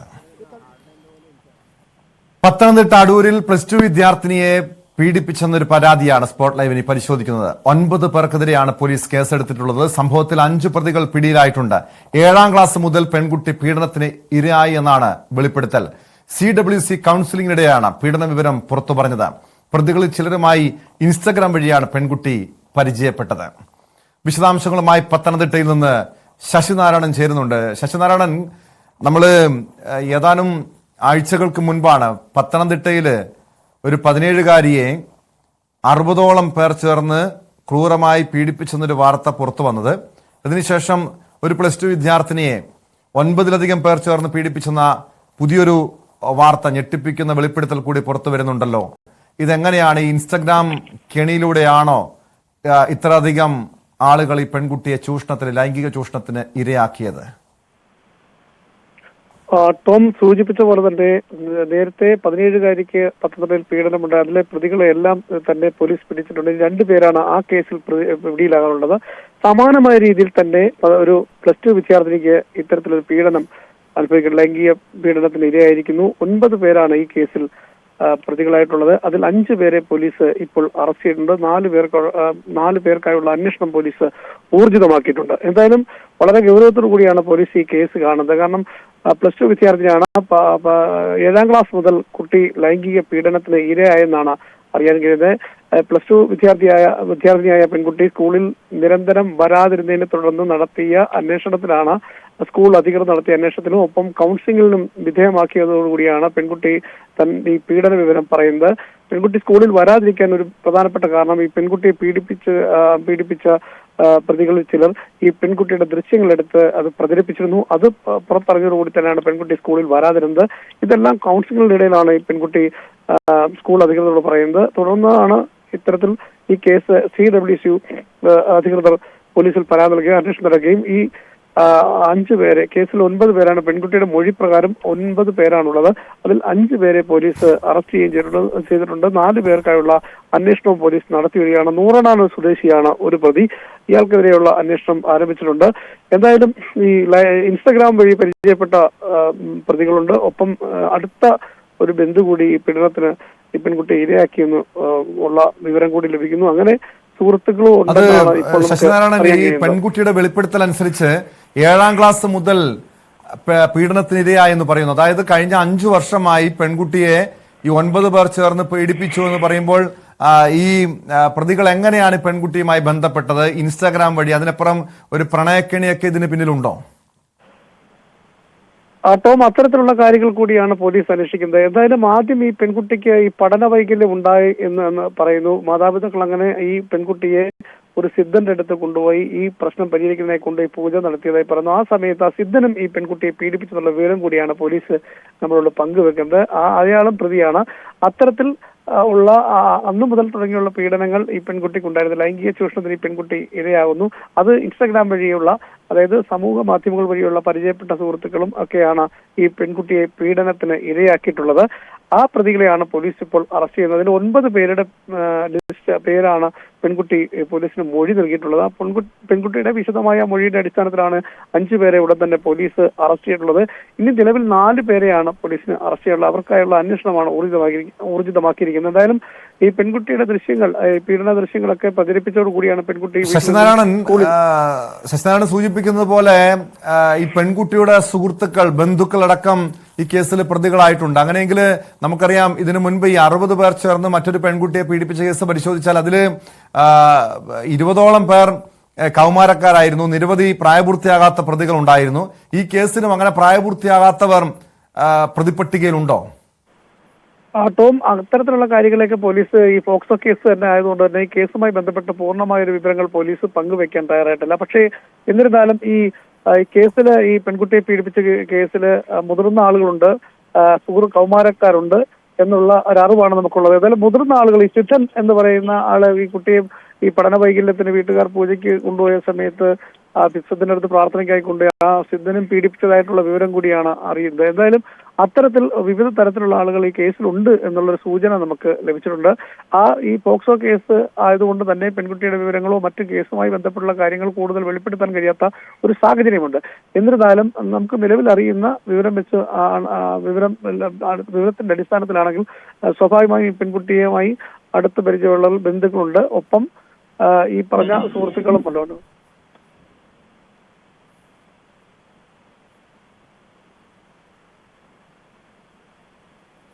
വ്യക്തമാണ്. പത്തനംതിട്ടയിൽ നിന്ന് ശശിനാരായണനാണ് വിവരങ്ങൾ നൽകിയത്. പത്തനംതിട്ടയിലാണ് +2 വിദ്യാർത്ഥിനിയെ 9 പേർ ചേർന്ന് പീഡിപ്പിച്ചെന്ന ഞെട്ടിപ്പിക്കുന്ന വാർത്ത പുറത്തുവരുന്നത്. കേസിൽ 5 പേർ പിടിയിലായിട്ടുണ്ട്. ഇൻസ്റ്റഗ്രാം വഴി പരിചയപ്പെട്ടവരും ഈ പെൺകുട്ടിയുടെ ബന്ധുക്കളുമടക്കം കേസിൽ പ്രതികളാണെന്നാണ് പോലീസ് നൽകുന്ന വിവരം.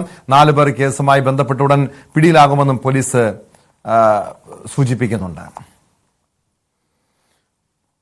തിരുവനന്തപുരം കഠിനംകുളത്തെ നാട്ടുകാരെ സംബന്ധിച്ചേറെ നടുക്കമുണ്ടാക്കിയ വാർത്തയായിരുന്നു ആതിര എന്ന യുവതിയുടെ കൊലപാതകം. കഠിനകുളം കൊലപാതക കേസിലെ പ്രതി ജോൺസൺ ഔസേപ്പിന്റെ ആരോഗ്യനില മെച്ചപ്പെട്ടിട്ടുണ്ട്. ആരോഗ്യനില പൂർണ്ണമായും വീണ്ടെടുത്ത ശേഷം ഡിസ്ചാർജ് ചെയ്യാനാണ് ഡോക്ടർമാരുടെ തീരുമാനം. ഡിസ്ചാർജ് ചെയ്ത ശേഷം കഠിനംകുളത്തെത്തിച്ച് തെളിവെടുപ്പടക്കം നടത്താനാണ് പോലീസിന്റെ നീക്കം. വിശദാംശങ്ങളുമായി ഡാൻ കുര്യൻ ചേരുന്നുണ്ട്. ഡാൻ, ഈ കഠിനംകുളം ആതിര കൊലക്കേസിൽ പോലീസിന്റെ പിടിയിലാകുന്നതിന് തൊട്ടു മുൻപായിരുന്നു ഈ പ്രതി ജോൺസൺ ആത്മഹത്യക്ക് ശ്രമിച്ചത്. പിന്നീട് കോട്ടയം മെഡിക്കൽ കോളേജ് ആശുപത്രിയിൽ ഇയാളെ പ്രവേശിപ്പിക്കുന്നു. നിലവില് ആരോഗ്യനില മെച്ചപ്പെടുന്നുണ്ട് എന്നാണ് ലഭ്യമാകുന്ന വിവരം. അങ്ങനെയെങ്കിൽ ഉടൻ തന്നെ തെളിവെടുപ്പ്, പ്രതിയുടെ ചോദ്യം ചെയ്യലടക്കം ഉണ്ടാകുമെന്ന് പ്രതീക്ഷിക്കാമോ? തെളിവെടുപ്പ് ഉടൻ ഉണ്ടാകാനുള്ള ഒരു സാധ്യതയില്ല. കാരണം ആരോഗ്യനില പൂർണ്ണമായി വീണ്ടെടുത്തതിന് ശേഷം മാത്രം പ്രതിയെ സംഭവ സ്ഥലത്ത് എത്തിച്ച് നേരിട്ട് തെളിവെടുപ്പ് നടത്തിയാൽ മതി എന്നൊരു തീരുമാനത്തിലാണ് ഇപ്പോൾ അന്വേഷണ സംഘം ഉള്ളതെന്നാണ് മനസ്സിലാക്കാൻ കഴിയുന്നത്. അങ്ങനെയാണെങ്കിൽ 48 മണിക്കൂർ നേരത്തെ നിരീക്ഷണമായിരുന്നു പോലീസ് ആദ്യം പറഞ്ഞിരുന്നത്. ആ സമയപരിധി ഇന്ന് വൈകുന്നേരം അവസാനിക്കും. അതിനുശേഷം നാളെ വിശദമായ പരിശോധന നടക്കും ഡോക്ടർമാരുടെ നേതൃത്വത്തിൽ. പിന്നീട് പൂർണ്ണമായി മറ്റ് ആരോഗ്യ പ്രശ്നങ്ങളൊന്നുമില്ല എന്ന് ഉറപ്പുവരുത്തിയാൽ മാത്രമേ പ്രാഥമികമായ ഒരു ചോദ്യം ചെയ്യൽ നടക്കുകയുള്ളൂ. അത് ഒരുപക്ഷെ തിരുവനന്തപുരത്ത് എത്തിച്ചതിന് ശേഷമായിരിക്കാം അങ്ങനെ ഒരു ചോദ്യം ചെയ്യൽ. ആ ചോദ്യം ചെയ്യൽ പൂർത്തിയാക്കിയതിനു ശേഷം മാത്രമേ തെളിവെടുക്കുന്നതിന്റെ ഭാഗമായി കഠിനംകുളത്തേക്ക് ജോൺസൺ ഔസേപ്പിനെ എത്തിക്കുകയുള്ളൂ എന്നാണ് സൂചന. എന്തായാലും ആരോഗ്യനിലയുമായി ബന്ധപ്പെട്ടുണ്ടായിരുന്ന ആശങ്കകൾക്ക് ഇനി അടിസ്ഥാനമില്ല. ആശങ്കാജനകമായ സാഹചര്യം മാറിയിരിക്കുന്നു. ആരോഗ്യനില വീണ്ടെടുത്തിട്ടുണ്ട് എന്നാണ് മെഡിക്കൽ കോളേജ് ആശുപത്രിയിൽ നിന്ന് പുറത്തുവരുന്ന വിവരം. അതിനുശേഷം വിശദമായ പരിശോധനകൾ കൂടി പൂർത്തിയാക്കി നാളെ ഡോക്ടർമാരുടെ ഒരു റിപ്പോർട്ട് കൂടി ലഭിച്ചതിന് ശേഷമായിരിക്കും പ്രതിയെ കസ്റ്റഡിയിൽ കഴിയുന്ന പ്രതിയെ കൂടുതൽ ചോദ്യം ചെയ്യലിനായി തിരുവനന്തപുരത്തേക്ക് എത്തിച്ച് പിന്നീട് തെളിവെടുപ്പ് ഉൾപ്പെടെയുള്ള തുടർ നീക്കങ്ങളിലേക്ക് പോലീസ് കടക്കുക. ഡാൻ, ഈ പോലീസിന് കഴിഞ്ഞ ദിവസം ഈ പ്രതി നൽകിയ മൊഴി അനുസരിച്ച് ഈ കിടപ്പുമുറിയിൽ വെച്ചാണ് ആതിരയെ കൊലപ്പെടുത്തിയെന്ന് ഇയാൾ തുറന്ന് സമ്മതിച്ചിരുന്നു. പക്ഷേ ഈ കൊലപാതകത്തിന്റെ കാരണം സംബന്ധിച്ചൊരു വ്യക്തത വന്നിട്ടുണ്ടോ? ആദ്യം ഘട്ടത്തിൽ പുറത്തു വന്ന വിവരം ഇരുവരും തമ്മിലുള്ള ചില സാമ്പത്തിക ഇടപാടിന്റെ തർക്കം, ഈ ഭീഷണിപ്പെടുത്തിയ ആതിരയിൽ നിന്നും, ബ്ലാക്ക്മെയിൽ ചെയ്ത ആതിരയിൽ നിന്നും ഈ പ്രതി ജോൺസൺ പണം തട്ടിയിരുന്നു. ഇതുമായി ബന്ധപ്പെട്ട തർക്കം ഒരു കൊലപാതകത്തിന് കാരണമായിരിക്കാമെന്നായിരുന്നു തുടക്കത്തിൽ നിഗമനമെങ്കിൽ പിന്നീട് ഈ ബന്ധത്തിൽ നിന്നും ആതിര പിന്മാറാൻ ശ്രമിച്ചതാണ് താൻ കൊലപ്പെടുത്താനുള്ള കാരണമെന്ന് ഇയാൾ സമ്മതിച്ചിരുന്നല്ലോ. ഇതിൽ പോലീസ് നൽകുന്ന വിവരം എന്താണ്? ഒരുപാട് ഊഹാപോഹങ്ങൾ ഇതുമായി ബന്ധപ്പെട്ട് പ്രചരിച്ചുകൊണ്ടിരിക്കുകയാണ്. പക്ഷേ പോലീസ് വിശദമായി ചോദ്യം ചെയ്യൽ പൂർത്തിയാക്കിയാൽ മാത്രമേ എന്താണ് ജോൺസൺ ഔസേപ്പ് ആതിരയ്ക്ക് നേരെ ഇങ്ങനെയൊരു ആക്രമണം നടത്താനുണ്ടായ സാഹചര്യമെന്ന് വ്യക്തമാകുകയുള്ളൂ എന്നാണ് പറയുന്നത്. ഈ രണ്ടുപേരുടെയും മൊബൈൽ ഫോണുകളടക്കം വിശദമായ പരിശോധനകൾക്ക് വിധേയമാക്കും. അതോടൊപ്പം തന്നെ ഇവർ ഇൻസ്റ്റാഗ്രാമിലൂടെയാണ് പരിചയപ്പെട്ടത് എന്നാണ് പറയുന്നത്. അതിനുശേഷം പിന്നീട് അവർക്കിടയിൽ ഉണ്ടായ സൗഹൃദം എങ്ങനെയായിരുന്നു, അത് അതിരുവിട്ട തരത്തിലേക്ക് മാറുകയും പിന്നീട് അത് ആ ബന്ധത്തിൽ നിന്ന് അകന്നു മാറാൻ ഈ യുവതി ശ്രമിക്കുകയും ചെയ്തിട്ടുണ്ട് എന്നാണ് പ്രാഥമികമായി നടത്തിയ പരിശോധനയിലെ കണ്ടെത്തൽ. അപ്പോൾ ജോൺസൺ ഔസേപ്പ് ഭീഷണിയുടെ ഒരു സ്വരം സ്വീകരിക്കുകയായിരുന്നു. ആ ശൈലിയിൽ ഭയപ്പെടുത്തി വരുതിയിലാക്കാനുള്ള നീക്കം, ഈ യുവതിയെ വരുതിയിലാക്കാനുള്ള ഒരു നീക്കം ജോൺസൺ ഔസേപ്പിന്റെ ഭാഗത്തു നിന്നുണ്ടായി. കുടുംബത്തെ ഉപേക്ഷിച്ച് തനിക്കൊപ്പം വരണമെന്ന ഒരു കടുത്ത നിലപാടടക്കം ജോൺസൺ മുമ്പോട്ട് വെച്ചു. അത് യുവതിക്ക് സമ്മതിക്കാൻ കഴിയുന്ന കാര്യമായിരുന്നില്ല. അതടക്കമുള്ള വിഷയങ്ങൾ അവർക്കിടയിലെ ബന്ധം കൂടുതൽ വഷളാക്കിയെന്നാണ് പ്രാഥമികമായി നടത്തിയ ചോദ്യം ചെയ്യലിലും പരിശോധനയിലും പോലീസിന് കണ്ടെത്താൻ കഴിഞ്ഞിരിക്കുന്നത്. അതിനിടയിലാണ് ഉപായത്തിൽ കഴിഞ്ഞ ദിവസം ജോൺസൺ ഔസേപ്പ് ഈ കഠിനംകുളത്തെ യുവതിയുടെ വീട്ടിലേക്ക് എത്തുന്നതും പിന്നീട് ദാരുണമായ കൊലപാതകം ഈ കിടപ്പറയ്ക്കുള്ളിൽ വെച്ച് നടക്കുകയും ചെയ്യുന്നത്. എന്തായാലും ഈ പ്രതിയെ വിശദമായി ചോദ്യം ചെയ്യാൻ മാത്രമേ പെട്ടെന്ന് അങ്ങനെയൊരു തീരുമാനത്തിലേക്ക് കടന്നതാണോ, അതിനപ്പുറത്തേക്ക് ഇങ്ങനെയൊരു പ്രകോപനം ഉണ്ടാകാനുള്ള സാഹചര്യം എന്താണ്, ഇതടക്കമുള്ള കാര്യങ്ങളിൽ വ്യക്തത കൈവരണമെങ്കിൽ വിശദമായ ചോദ്യം ചെയ്യൽ അനിവാര്യമാണ്. അതോടൊപ്പം ഏറ്റവും ഒടുവിൽ ലഭിക്കുന്ന വിവരങ്ങൾ അനുസരിച്ച് ഈ തനിക്ക് ഈ യുവതിയെ നഷ്ടപ്പെടും എന്നൊരു വിചാരം ഇയാൾക്കുണ്ടായിരുന്നു. അതുകൊണ്ട് അങ്ങനെ ഒരു സാഹചര്യം അദ്ദേഹം മാനസികമായി ഉൾക്കൊള്ളാൻ കഴിയുന്ന തരത്തിലായിരുന്നില്ല. ആ ഒരു വൈകാരിക തലത്തിൽ നിന്നുകൊണ്ടാണ് ഇങ്ങനെയൊരു പ്രതികാരത്തിന് തയ്യാറെടുത്തത്. അതാണ് കിടപ്പറയ്ക്കുള്ളിൽ വെച്ച് അപായപ്പെടുത്തുക എന്ന ഒരു കൃത്യമായ ആസൂത്രണത്തോടെ വീട്ടിലെത്തി പിന്നീട് അങ്ങനെയൊരു ബന്ധത്തിന് ശേഷം അത് കൊലപാതകത്തിലേക്ക് വഴിമാറുന്ന സാഹചര്യം ഉണ്ടായത് എന്ന വിവരങ്ങളാണ് പോലീസിന്റെ ഭാഗത്ത് നിന്ന് ലഭിക്കുന്നത്. എന്തായാലും ആശുപത്രിയിൽ നിന്ന് ആരോഗ്യനില വീണ്ടെടുത്ത് പുറത്തെത്തിച്ചാലുടൻ വിശദമായ ചോദ്യം ചെയ്യലിന് ജോൺസൺ ഔസേപ്പിനെ പോലീസ് തിരുവനന്തപുരത്തേക്ക് എത്തിച്ചും എത്തിക്കും. ആ ചോദ്യം ചെയ്യൽ പൂർത്തിയാക്കിയതിന് ശേഷമായിരിക്കും പിന്നീട് സംഭവ സ്ഥലത്ത് എത്തിച്ച് തെളിവെടുപ്പിലേക്ക് കടക്കുക. പക്ഷേ പോലീസിന് മുമ്പിൽ വെല്ലുവിളിയായി മാറുന്നത് അവിടെ ജനരോഷം ഉയരാനുള്ള സാധ്യതയുണ്ട് എന്ന് തന്നെയാണ്. കാരണം വളരെ ഞെട്ടലുളവാക്കുന്ന ഒരു കൊലപാതകമാണ് സംഭവിച്ചത്. അതുകൊണ്ട് തന്നെ പ്രതിയെ സംഭവ സ്ഥലത്ത് എത്തിച്ച് തെളിവെടുപ്പ് നടത്തുമ്പോൾ ഉണ്ടാകാനിടയുള്ള ജനരോഷം കണക്കിലെടുത്തുകൊണ്ട് ഈ നീക്കങ്ങളടക്കം അതീവ രഹസ്യമായി തന്നെ പൂർത്തിയാക്കാനുള്ള ഒരു തീരുമാനത്തിലാണ് അന്വേഷണ സംഘത്തിന്റെ നടപടികൾ ഇപ്പോൾ പുരോഗമിക്കുന്നത്. യെസ്, വ്യക്തമാണ്. തിരുവനന്തപുരത്ത് നിന്ന് ഡാൻ കുര്യനാണ് വിവരങ്ങൾ നൽകിയത്. തിരുവനന്തപുരം കഠിനംകുളം കൊലക്കേസിൽ പോലീസ് പിടികൂടാൻ എത്തിയപ്പോഴാണ് പ്രതി ജോൺസൺ ഔസേപ്പ് ആത്മഹത്യക്ക് ശ്രമിച്ചത്. നിലവിൽ കോട്ടയത്തെ ആശുപത്രിയിൽ ചികിത്സയിലാണ്. ആരോഗ്യനില മെച്ചപ്പെട്ടിട്ടുണ്ട്. ആശുപത്രിയിൽ നിന്നും ഡിസ്ചാർജ് വാങ്ങിയ ശേഷം പോലീസ് വിശദമായി ചോദ്യം ചെയ്യും. തുടർന്ന് തെളിവെടുപ്പിനെത്തിക്കും. ഡാൻ സൂചിപ്പിച്ചതുപോലെ നാട്ടുകാരുടെ ഭാഗത്തു നിന്ന് വലിയ പ്രതിഷേധം ഉണ്ടാകാനുള്ള സാധ്യതയുണ്ട്. അതുകൊണ്ട് തന്നെ ഏറെ കരുതലോടെയായിരിക്കും പോലീസിന്റെ തുടർ നീക്കങ്ങൾ. തിരുവനന്തപുരം ധനുവച്ചപുരം VTM NSS കോളേജിൽ വിദ്യാർത്ഥിക്ക് മർദ്ദനമേറ്റതായി പരാതി. അദ്വൈത് സൂര്യ എന്ന വിദ്യാർത്ഥിക്കാണ് മർദ്ദനമേറ്റത്. രക്തദാന ക്യാമ്പിൽ പങ്കെടുക്കാത്തതിലുള്ള തർക്കമാണ് മർദ്ദനത്തിന് പിന്നിലെന്നാണ് പരാതി. പ്രണവ്, ആദർശ്, നിഖിൽ എന്നിവർക്കെതിരെ പാറശാല പോലീസിൽ അദ്വൈത് പരാതി നൽകിയിട്ടുണ്ട്.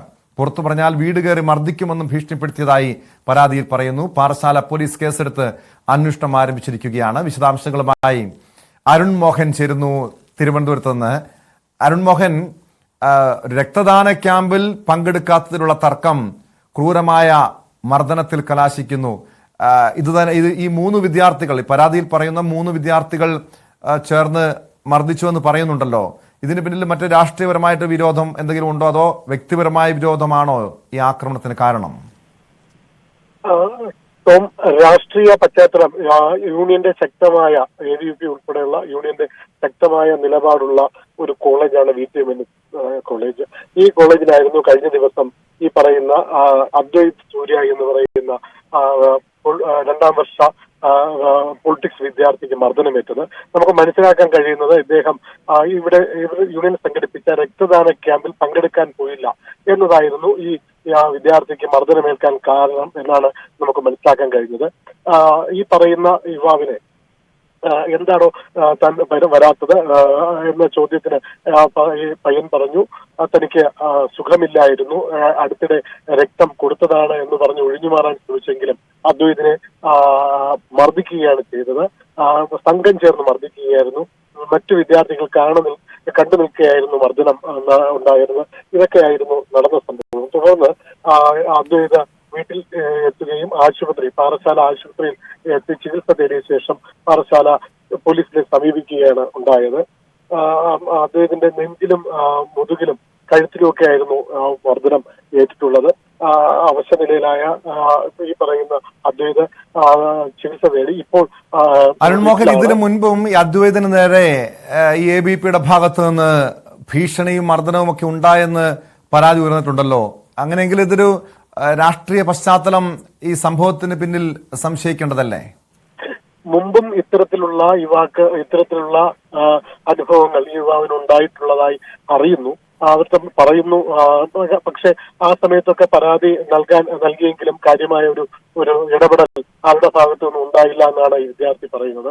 പക്ഷെ നമ്മൾ കുട്ടിയുടെ അമ്മയുടെ അടുത്ത് നിന്ന് കിട്ടിയ പ്രതികരണം എന്ന് പറയുമ്പോൾ ഇത് വളരെ കാര്യമായ രീതിയിൽ മകനെ മർദ്ദനമേറ്റു.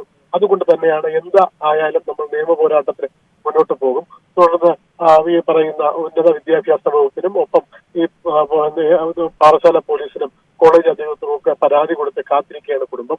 നമുക്ക് മനസ്സിലാക്കാൻ കഴിയുന്നത് ഈ പറയുന്ന മർദ്ദനത്തിന് മർദ്ദിച്ച എന്ന് പറയുന്ന ആദർശ്, അതായത് പരാതിയിൽ നൽകിയിട്ടുള്ള പ്രണവ്, ആദർശ്, നിഖിൽ എന്നിവർക്ക് എതിരെ കോളേജ് തലത്തിലൊരു നടപടിക്ക് കോളേജ് അധികൃതർ ഒരുങ്ങുന്നു എന്നുള്ളതാണ്. ഇന്ന് അവധിയാണ്. നാളെ കഴിയുമ്പോൾ ഒരുപക്ഷെ നമുക്ക് ഇതിനൊരു തിങ്കളാഴ്ചയോടെ തന്നെ ഇതിനൊരു തീരുമാനം നമുക്ക് അറിയാൻ കഴിയും. പക്ഷെ എന്തായാലും മർദ്ദിച്ച ഈ ഒരു സംഭവം ഇത് ആദ്യ സംഭവമല്ല എന്നുള്ളതാണ് നമുക്ക് മനസ്സിലാക്കാൻ കഴിയുന്നത്. ഈ യുവാവിനെയും നിരവധി തവണ മർദ്ദിച്ചിട്ടുണ്ടെന്ന് നമുക്ക് നൽകിയ ബൈറ്റിലും അദ്ദേഹം വ്യക്തമാക്കി പറയുന്നു. മുമ്പും തന്നെ മർദ്ദിച്ചിട്ടുണ്ട് എന്ന് പറയുന്നുണ്ട്. എന്തായാലും പോലീസ് നിലവില് അരുൺമോഹൻ, നിലവിൽ ഈ 3 വിദ്യാർത്ഥികൾക്കെതിരെ പോലീസ് കേസെടുത്തിട്ടുണ്ടല്ലോ. ഈ കോളേജ് അധികൃതരുടെ ഭാഗത്തു നിന്നും നടപടി അങ്ങനെയെങ്കിലും ഉണ്ടാകേണ്ടതല്ലേ? തീർച്ചയായും ടോം, അത് തന്നെയാണ് നമുക്ക് മനസ്സിലാക്കാൻ കഴിയുന്നത്. ഇന്നും നാളെയും അവധി ആയതിനാൽ തിങ്കളാഴ്ച എന്തായാലും അതിനൊരു ഔദ്യോഗികമായ ഒരു സ്ഥിരീകരണം ഉണ്ടാവും. നമുക്ക് മനസ്സിലാക്കാൻ കഴിയുന്നത് ഈ 3 പേർക്കെതിരെ നടപടി സ്വീകരിച്ചു എന്നുള്ളതാണ് നമുക്കിപ്പോൾ ഔദ്യോഗികമല്ലാതെ നമുക്ക് കിട്ടുന്ന വിവരം. അത് തിങ്കളാഴ്ച കോളേജ് പ്രവൃത്തി ദിവസമാകുമ്പോൾ തന്നെ നമുക്കത് വ്യക്തമാവാൻ കഴിയും. എന്തായാലും ഈ പറയുന്ന കുടുംബാംഗങ്ങൾ, അദ്ദേഹത്തിന്റെ കുടുംബാംഗങ്ങൾ നിയമ പോരാട്ടവുമായി തന്നെ മുന്നോട്ട് പോകാൻ തന്നെ തീരുമാനിച്ചിട്ടുണ്ട്. കാരണം തന്റെ മകനെ ഇത് പലതവണയായി മർദ്ദിക്കുന്നു, പക്ഷെ അവൻ ഇതുവരെ ഞങ്ങളോടൊന്നും പറഞ്ഞിട്ടില്ല. ഇപ്പോൾ അത് പറയുമ്പോൾ അവൻ അത്രമാത്രം ശാരീരിക ബുദ്ധിമുട്ടുള്ളത് കൊണ്ടാണ് ഉണ്ടായത്. അത് ആശുപത്രിയിൽ പോയപ്പോഴും മനസ്സിലായി എന്നുള്ളതാണ് കുടുംബം പ്രതികരിക്കുന്നത്. ടോം,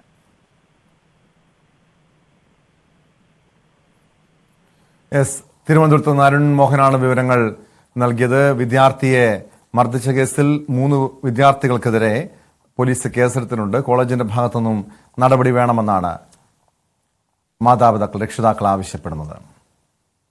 പത്തനംതിട്ട കലഞ്ഞൂരിൽ മദ്യപാനത്തിനിടെയുണ്ടായ വാക്കുതർക്കത്തിൽ യുവാവിനെ കൊലപ്പെടുത്തിയ കേസിൽ പ്രതി അറസ്റ്റിൽ. കലഞ്ഞൂർ സ്വദേശി മനുവാണ് കൊല്ലപ്പെട്ടത്. സംഭവത്തിൽ മനുവിന്റെ സുഹൃത്ത് ശിവപ്രസാദ് അറസ്റ്റിലായി. കഴിഞ്ഞ പുലർച്ചെയാണ് കൊലപാതകം നടന്നത്. വിശദാംശങ്ങളുമായി പത്തനംതിട്ടയിൽ നിന്ന് ശശിനാരായണൻ ചേരുന്നുണ്ട്. ശശിനാരായണൻ, 2 സുഹൃത്തുക്കൾ തമ്മിലുള്ള ചെറിയൊരു വാക്കുതർക്കം കൊലപാതകത്തിൽ കലാശിക്കുന്നു. സംഭവത്തിന് ശേഷം, ഈ കൊലപാതകത്തിന് ശേഷം പ്രതി രക്ഷപ്പെട്ടിരുന്നല്ലോ, പ്രതി ശിവപ്രസാദ് രക്ഷപ്പെട്ടിരുന്നല്ലോ. എങ്ങനെയാണ് പ്രതിയെ പിടികൂടാൻ കഴിഞ്ഞത്? ടോം, ഇന്നലെ രാത്രിയിലാണ് ഇത്ര ഒരു സംഭവം ഉണ്ടാകുന്നത്. രാത്രി മനുവും ഈ കൊല്ലപ്പെട്ട മനുവും പ്രതിയായ ശിവപ്രസാദ് സുഹൃത്തുക്കളാണ്. ഈ ശിവപ്രസാദിന്റെ വീട്ടില് പറമ്പില് പുതിയ വർക്ക്ഷോപ്പ് വെക്കുന്നതിന് വേണ്ടി, അതിന് സ്ഥലം നിരപ്പാക്കുന്നതിന് വേണ്ടിയാണ് മനുവിനെ ശിവപ്രസാദ് വീട്ടിലേക്ക് രാത്രി വിളിക്കുന്നത്. അവിടെ ജെസിയുമായി മനു വരുന്നു. ഒപ്പം ആ പണി പൂർത്തിയാക്കിയ ശേഷം വൈകിട്ട് ഇരുവരും ചേർന്ന് രാത്രി ഒരു 12 മണിയോടുകൂടി തന്നെ 2 പേരും ചേർന്ന് മദ്യപിച്ച് സംസാരിച്ചുകൊണ്ടിരിക്കുന്നതിനിടയിലാണ് ഇവർ തമ്മിൽ വഴക്കുണ്ടാക്കുകയും ആ വഴക്കിനിടയിൽ വാക്കേറ്റവും പിന്നീട് കയ്യേറ്റത്തിലേക്ക് എത്തുകയും ചെയ്തു. ആ കയ്യേറ്റത്തിലാണ് മനു കൊല്ലപ്പെടുന്നത്. വീട്ടിൽ ആ സമയത്ത് ശിവപ്രസാദും മനുവും മാത്രമാണ് ഉണ്ടായിരുന്നത്. ശിവപ്രസാദ് ഒറ്റയ്ക്ക് ആണ് വീട്ടിൽ താമസിച്ചിരുന്നത്. കൊല്ലപ്പെട്ട 2 പേരുടെയും ഈ വാക്കേറ്റത്തിനും സംഘർഷത്തിനും ഇടയിൽ മനു ചലനം മറ്റ് കിടക്കുമ്പോൾ തന്നെ ശിവപ്രസാദ് ആ വീട്ടിൽ നിന്ന് തൊട്ടടുത്ത സ്ഥലത്തെത്തി പഞ്ചായത്ത് മെമ്പറെ ഈ വിവരം അറിയിച്ചിട്ടുണ്ട്. ഇങ്ങനെ ഒരു സംഭവം വീട്ടിലുണ്ടായിട്ടുണ്ട്, ഈ ആശുപത്രിയിൽ മനുവിനെ എത്തിക്കണം എന്ന് ശിവപ്രസാദ് പഞ്ചായത്ത് മെമ്പറോട് പറയുകയും തുടർന്ന് പഞ്ചായത്ത് മെമ്പറും അവിടുത്തെ നാട്ടുകാരും ഒക്കെ ചേർന്നാണ്, ഈ ശിവപ്രസാദ് ഉൾപ്പെടെയാണ് ഈ മനുവിനെ പത്തനാപുരത്തെ സ്വകാര്യ ആശുപത്രിയിൽ എത്തിക്കുന്നത്. ആശുപത്രിയിൽ എത്തിച്ചപ്പോഴത്തേക്കും തന്നെ മനു മരണപ്പെട്ടിരുന്നു. എന്തായാലും ആ സമയത്ത് തന്നെ വിവരം അറിഞ്ഞ ആ സമയം തന്നെ ശിവപ്രസാദ് ആ സ്ഥലത്ത് നിന്നും കടന്നു കളയുകയായിരുന്നു. തുടർന്നാണ് പോലീസ് കൃത്യമായ ഒരു അന്വേഷണം നടത്തി. അതിനുശേഷം രാത്രി പുലർച്ചയോടുകൂടി പത്തനംതിട്ട കുമ്പഴയിൽ നിന്നാണ് കൂടുതൽ പോലീസ് ശിവപ്രസാദിനെ, ഈ കേസിലെ പ്രതിയായ ശിവപ്രസാദിനെ അറസ്റ്റ് ചെയ്യുന്നത്. ഇരുവരും തമ്മിൽ സുഹൃത്തുക്കളാണ്, സഹപാഠികളാണ് എന്നുള്ള വിവരമാണ് പോലീസ് പങ്കുവെക്കുന്നത്. പക്ഷേ 2 പേരും രാത്രിയിൽ മദ്യപിച്ചതിന് ശേഷം ചില തർക്കങ്ങളും അത് പിന്നീട് ഒടുവിൽ കയ്യാങ്കളിയിലേക്ക് മാറി. അത്തരത്തിലാണ് കൊലപാതകം നടന്നെന്നാണ് ഈ കേസുമായി ബന്ധപ്പെട്ട് കോന്നി DSP രാജപ്പൻ റാവുത്തർ ഇതുമായി ബന്ധപ്പെട്ട് കൊലപാതകമായിട്ട് കണ്ടാൽ മതിയോ ശശിനാരായണൻ? കാരണം ഈ ശിവപ്രസാദിന് ക്രിമിനൽ പശ്ചാത്തലമുള്ള വ്യക്തിയാണോ ഈ പ്രതി ശിവപ്രസാദ്?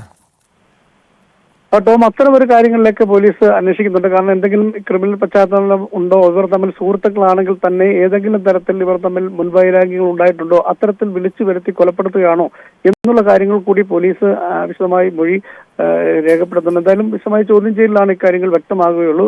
നിലവിലത്തെ സാഹചര്യത്തിൽ പോലീസിന്റെ അന്വേഷണത്തിൽ അത്തരൊരു പ്രശ്നമില്ല. ഈ പ്രതി തന്നെ ഈ കുറ്റം സമ്മതിച്ചിട്ടുണ്ട്. അതുകൊണ്ട് തന്നെ ഈ വീട്ടിൽ വെച്ചുണ്ടായ ചില വാക്കുതർക്കങ്ങളും കയ്യേറ്റവുമാണ് ഈ മരണത്തിന് കാരണമെന്ന് പ്രതിയായ ശിവപ്രസാദ് തന്നെ സമ്മതിക്കുകയുണ്ടായി. അതിന്റെ അടിസ്ഥാനത്തിലാണ് ശിവപ്രസാദിനെ ഇപ്പോൾ കസ്റ്റഡിയിലെടുക്കുകയും ഒപ്പം അറസ്റ്റ് രേഖപ്പെടുത്തുകയും ചെയ്തിട്ടുള്ളത്. ഏതായാലും ഇവർ ഒരു പ്രദേശത്ത് കലഞ്ഞൂർ തന്നെ അടുത്ത് താമസിക്കുന്നവരാണ്, നേരത്തെ പരിചയമുള്ളവരാണ്, ഒന്നിച്ചു പഠിച്ചവരാണ്, സുഹൃത്തുക്കളാണ്. അപ്പോൾ സ്വാഭാവികമായും വീട്ടിൽ വിളിച്ച് ഇത്തരമൊരു പണിയുണ്ട് എന്ന് ചെയ്യാൻ വരണമെന്ന് പറഞ്ഞുകൊണ്ട് രാത്രിയിലാണ് സമയം കിട്ടിയത്. JCB വെച്ച് ഈ വർക്ക്ഷോപ്പ് ചെയ്യുന്നതിന് വേണ്ടി പറമ്പിലെ നിരപ്പാക്കുന്ന ജോലിയൊക്കെ ചെയ്തതിനു ശേഷമാണ് ഇരുവരും ചേർന്ന് മദ്യം വാങ്ങി കഴിക്കുകയും ആ മദ്യപിക്കുന്നതിനിടയിൽ ഉണ്ടായ വാക്കേറ്റമാണ് ഈ കൊലപാതകത്തിലേക്ക് കാരണമെന്നാണ് പോലീസിന്റെ നിഗമനം. അത്തരത്തിലുള്ള മൊഴി തന്നെയാണ് പ്രതി ശിവപ്രസാദ് നൽകിയിട്ടുള്ളത്. പക്ഷേ ഈ മരണസമയത്ത് ഇവർ രണ്ടുപേരും മാത്രമാണ് ഉണ്ടായിരുന്നത്. ശിവപ്രസാദിന്റെ മാതാവും അതുപോലെ തന്നെ സഹോദരിയുമൊക്കെ വിദേശത്താണ്. ശിവപ്രസാദ് ഒറ്റയ്ക്കാണ് ഈ വീട്ടിൽ താമസിച്ചിരുന്നത്. വേറെ ആരും ആ വീട്ടിൽ ഉണ്ടായിരുന്നില്ല. അതുകൊണ്ട് തന്നെ പോലീസിന് സംശയമുണ്ടായിരുന്നു മറ്റാരെങ്കിലും ഇതിൽ പങ്കുണ്ടോ എന്നുള്ള കാര്യങ്ങൾ കൂടി പോലീസ് പരിശോധിച്ചിട്ടുണ്ടായിരുന്നു. അതെല്ലാം അന്വേഷിച്ചപ്പോഴും സ്വാഭാവികമായി ഈ തന്റെ കയ്യിൽ നിന്നും ഇവർ തമ്മിൽ അടിയുണ്ടായ ഒരു പ്രശ്നം മാത്രമാണ് ശിവപ്രസാദ് പങ്കുവച്ചത്. അത്തരത്തിൽ ഒരു കൊലപാതകം നടന്നു എന്നുള്ള കാര്യമാണ് ഈ മൊഴിയിലും പറയുന്നത്. അതുകൊണ്ട് തന്നെയാണ് മറ്റാരും ഈ കേസിൽ പങ്കില്ല, ശിവപ്രസാദ് തന്നെയാണെന്നുള്ള നിഗമനത്തിൽ പോലീസ് എത്താൻ കാരണം. അതുകൊണ്ട് തന്നെ പുലർച്ചയോടുകൂടി ശിവപ്രസാദിനെ പത്തനംതിട്ടയിലെ കുമ്പഴയിൽ നിന്നാണ് പോലീസ് അറസ്റ്റ് ചെയ്യുന്നത്. മനു മരിച്ച വിവരം ആ സമയത്ത് ശിവപ്രസാദ് അറിഞ്ഞില്ലെങ്കിലും ആശുപത്രിയിൽ ചെന്നാണ് ഈ മനുവിനെ ആശുപത്രിയിൽ കൊണ്ടുവന്നതും ശിവപ്രസാദ് അടക്കമുള്ള ആളുകളാണ്. ആശുപത്രിയിൽ ചെല്ലുമ്പോഴാണ് മനു മരിച്ച വിവരം ശിവപ്രസാദ് അറിയുന്നത്. ആ സമയത്ത് തന്നെ ഭയം കൊണ്ടാണ് ഓടി രക്ഷപ്പെട്ടെന്നാണ് ശിവപ്രസാദ് പിന്നീട് പോലീസിനോട് മൊഴി നൽകിയിട്ടുള്ളത്. എന്തായാലും പോലീസ് പ്രതിയെ അറസ്റ്റ് ചെയ്തിട്ടുണ്ട്. വ്യക്തമാണ്. പത്തനംതിട്ടയിൽ നിന്ന് ശശിനാരായണനാണ് വിവരങ്ങൾ നൽകിയത്. രണ്ട് സുഹൃത്തുക്കൾ തമ്മിലുള്ള മദ്യപാനത്തിനിടെ ഉണ്ടായ തർക്കമാണ് കൊലപാതകത്തിൽ കലാശിച്ചത്. സ്പോട്ട് ലൈവിന് പരിശോധിക്കുന്നത് മറ്റൊരു വിഷയമാണ്. നൃത്ത പരിപാടിക്ക് കലൂർ സ്റ്റേഡിയം വിട്ടുകൊടുത്തതിൽ GCDക്കെതിരെ അന്വേഷണം. സ്റ്റേഡിയം വിട്ടുകൊടുത്തതിൽ അഴിമതി ഉണ്ടെന്ന പരാതിയിലാണ് വിജിലൻസ് പ്രാഥമിക അന്വേഷണം ആരംഭിച്ചിരിക്കുന്നത്. GCDA ചെയർമാനും സെക്രട്ടറിക്കുമെതിരെയാണ് അന്വേഷണം. വിശദാംശങ്ങളുമായി കൊച്ചിയിൽ നിന്ന് ഡാനി പോൾ ചേരുന്നുണ്ട്. ഡാനി, നേരത്തെ തന്നെ വലിയ വിവാദമായതാണ് ഈ നൃത്ത പരിപാടി. പിന്നീട് വലിയ സാമ്പത്തിക തട്ടിപ്പൊക്കെ ഇതിന് പിന്നിലുണ്ട് എന്ന ആരോപണങ്ങൾ ഉയർന്നു വന്നു. ഒടുവിൽ വിജിലൻസിന്റെ അന്വേഷണം ആരംഭിച്ചിരിക്കുന്നു. ഈ GCDക്കെതിരെ ഇത്തരമൊരു ആരോപണം, ഇത്തരമൊരു പരാതി ആരാണ് നൽകിയത്? ടോം, കൊച്ചി സ്വദേശിയായ വിവരാവകാശ പ്രവർത്തകൻ ചെഷയർ ടാർസനാണ് ഈ പരാതി നൽകിയത്. അത് പ്രധാനമായും ചൂണ്ടിക്കാണിച്ചിരിക്കുന്നത് എങ്ങനെയാണ് ഇങ്ങനെ ഒരു പരിപാടിക്ക് GCDക്ക് അനുമതി നൽകാൻ കഴിയുക എന്നതും ഒപ്പം തന്നെയും ഇതുമായി ബന്ധപ്പെട്ടുകൊണ്ട് നടന്നിട്ടുള്ള കാര്യങ്ങൾ, ഈ അനുമതി നൽകുന്നത് ഉൾപ്പെടെ ഉള്ള കാര്യങ്ങളിൽ വീഴ്ച സംഭവിച്ചിട്ടുണ്ട്. ഉദ്യോഗസ്ഥർ ഒന്നടങ്കം ഈ പരിപാടിക്ക് അനുമതി നൽകുന്നതിനെ എതിർത്തിട്ടും അത് എതിർപ്പ് മറികടന്ന് മുന്നോട്ട് പോയത് GCD ചെയർമാന്റെയും സെക്രട്ടറിയുടെയും സമ്മർദ്ദമാണ് എന്നെല്ലാം തന്നെ ഇതിൽ ആരോപിക്കുന്നുണ്ട്. അപ്പൊ ഇതിലെ ടിക്കറ്റ് നിരക്ക് നിശ്ചയിക്കുക അല്ലെങ്കിൽ അതിന്റെ ഒരു വാടക നിരക്ക് നിശ്ചയിക്കുന്ന കാര്യത്തിലടക്കം ഇടപെടൽ സംഭവിച്ചിട്ടുണ്ട്. അതിൽ കുറവ് ചെയ്ത് കൊടുക്കുന്നതിന് തദ്ദേശ സ്വയംഭരണ മന്ത്രിക്കും അതോടൊപ്പം തന്നെ മുഖ്യമന്ത്രി ഉൾപ്പെടെ മാത്രമാണ് ഇതിൽ തുക വെയ്യുന്നതിന് അധികാരമുള്ളൂ. എങ്കിൽ കൂടിയും ഇതിൽ നേരിട്ട് ഇടപെട്ടുകൊണ്ട് ഇവർ തുക കുറച്ചു എന്നതടക്കമുള്ള പരാതികളാണ് ഇതിൽ പറഞ്ഞിരിക്കുന്നത്. ഈ കാര്യങ്ങൾ ഇതിൽ വിജിലൻസിന് ലഭിച്ച പരാതിയിൽ പ്രാഥമിക അന്വേഷണം, ത്വരിതാന്വേഷണം നടത്താനാണ് ഇപ്പോൾ ആവശ്യപ്പെട്ടിട്ടുള്ളത്. എറണാകുളം യൂണിറ്റിനോട് അന്വേഷണം എത്രയും പെട്ടെന്ന് പ്രാഥമിക അന്വേഷണം പൂർത്തിയാക്കി റിപ്പോർട്ട് സമർപ്പിക്കാനും ആവശ്യപ്പെട്ടിട്ടുണ്ട്. എന്തായാലും ഇത്തരം നേരത്തെ തന്നെ ഇതില് സാമ്പത്തിക തട്ടിപ്പൊക്കെ ഇതിന് പിന്നിലുണ്ട് എന്ന അടിസ്ഥാനത്തില് ഈ സംഘാടകർക്കെതിരെ അന്വേഷണം നടക്കുന്നുണ്ട്. അങ്ങനെയെങ്കിൽ ഈ വിജിലൻസ് ഈ സംഘാടകരെയും ഈ അന്വേഷണത്തിന്റെ ഭാഗമായി ചോദ്യം ചെയ്യാനുള്ള സാധ്യതയുണ്ടോ? തീർച്ചയായും അന്വേഷണത്തിന്റെ ഭാഗമായിട്ട് അതിൽ സംഘാടകരെ അടക്കം പ്രധാനമായിട്ട് തന്നെ ചോദ്യം ചെയ്യും. ഇതിൽ GCDയുടെ ഈ ഒരു കരാറുകളെ സംബന്ധിച്ച് ഈ അടുത്ത കാലത്ത് നടപ്പാക്കിയ പദ്ധതികളെ സംബന്ധിച്ച് കൂടി അന്വേഷിക്കണമെന്നത് ഇതിന്റെ പരാതിയിൽ പറയുന്നുണ്ട്. അതുകൂടി ഇപ്പോൾ അന്വേഷണത്തിന്റെ പരിധിയിലേക്ക് വരുമെന്ന് തന്നെയാണ് ലഭിക്കുന്ന സൂചന.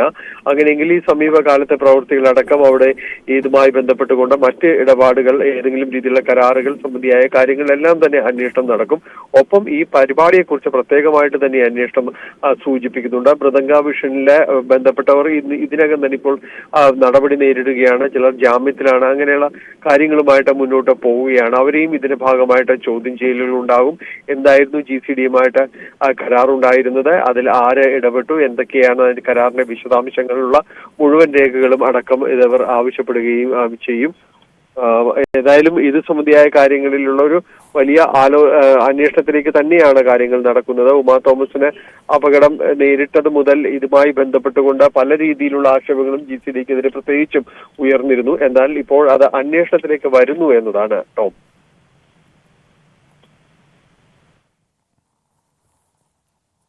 കൊച്ചിയിൽ നിന്ന് ഡാനി പോളാണ് വിവരങ്ങൾ നൽകിയത്. നൃത്ത പരിപാടിക്ക് കലൂർ സ്റ്റേഡിയം വിട്ടുകൊടുത്തതിൽ ആണ് GCDക്കെതിരെ വിജിലൻസ് അന്വേഷണം ആരംഭിച്ചിരിക്കുന്നത്. സ്പോട്ട് ലൈവ് പൂർണ്ണമാകുന്നു. നമസ്കാരം.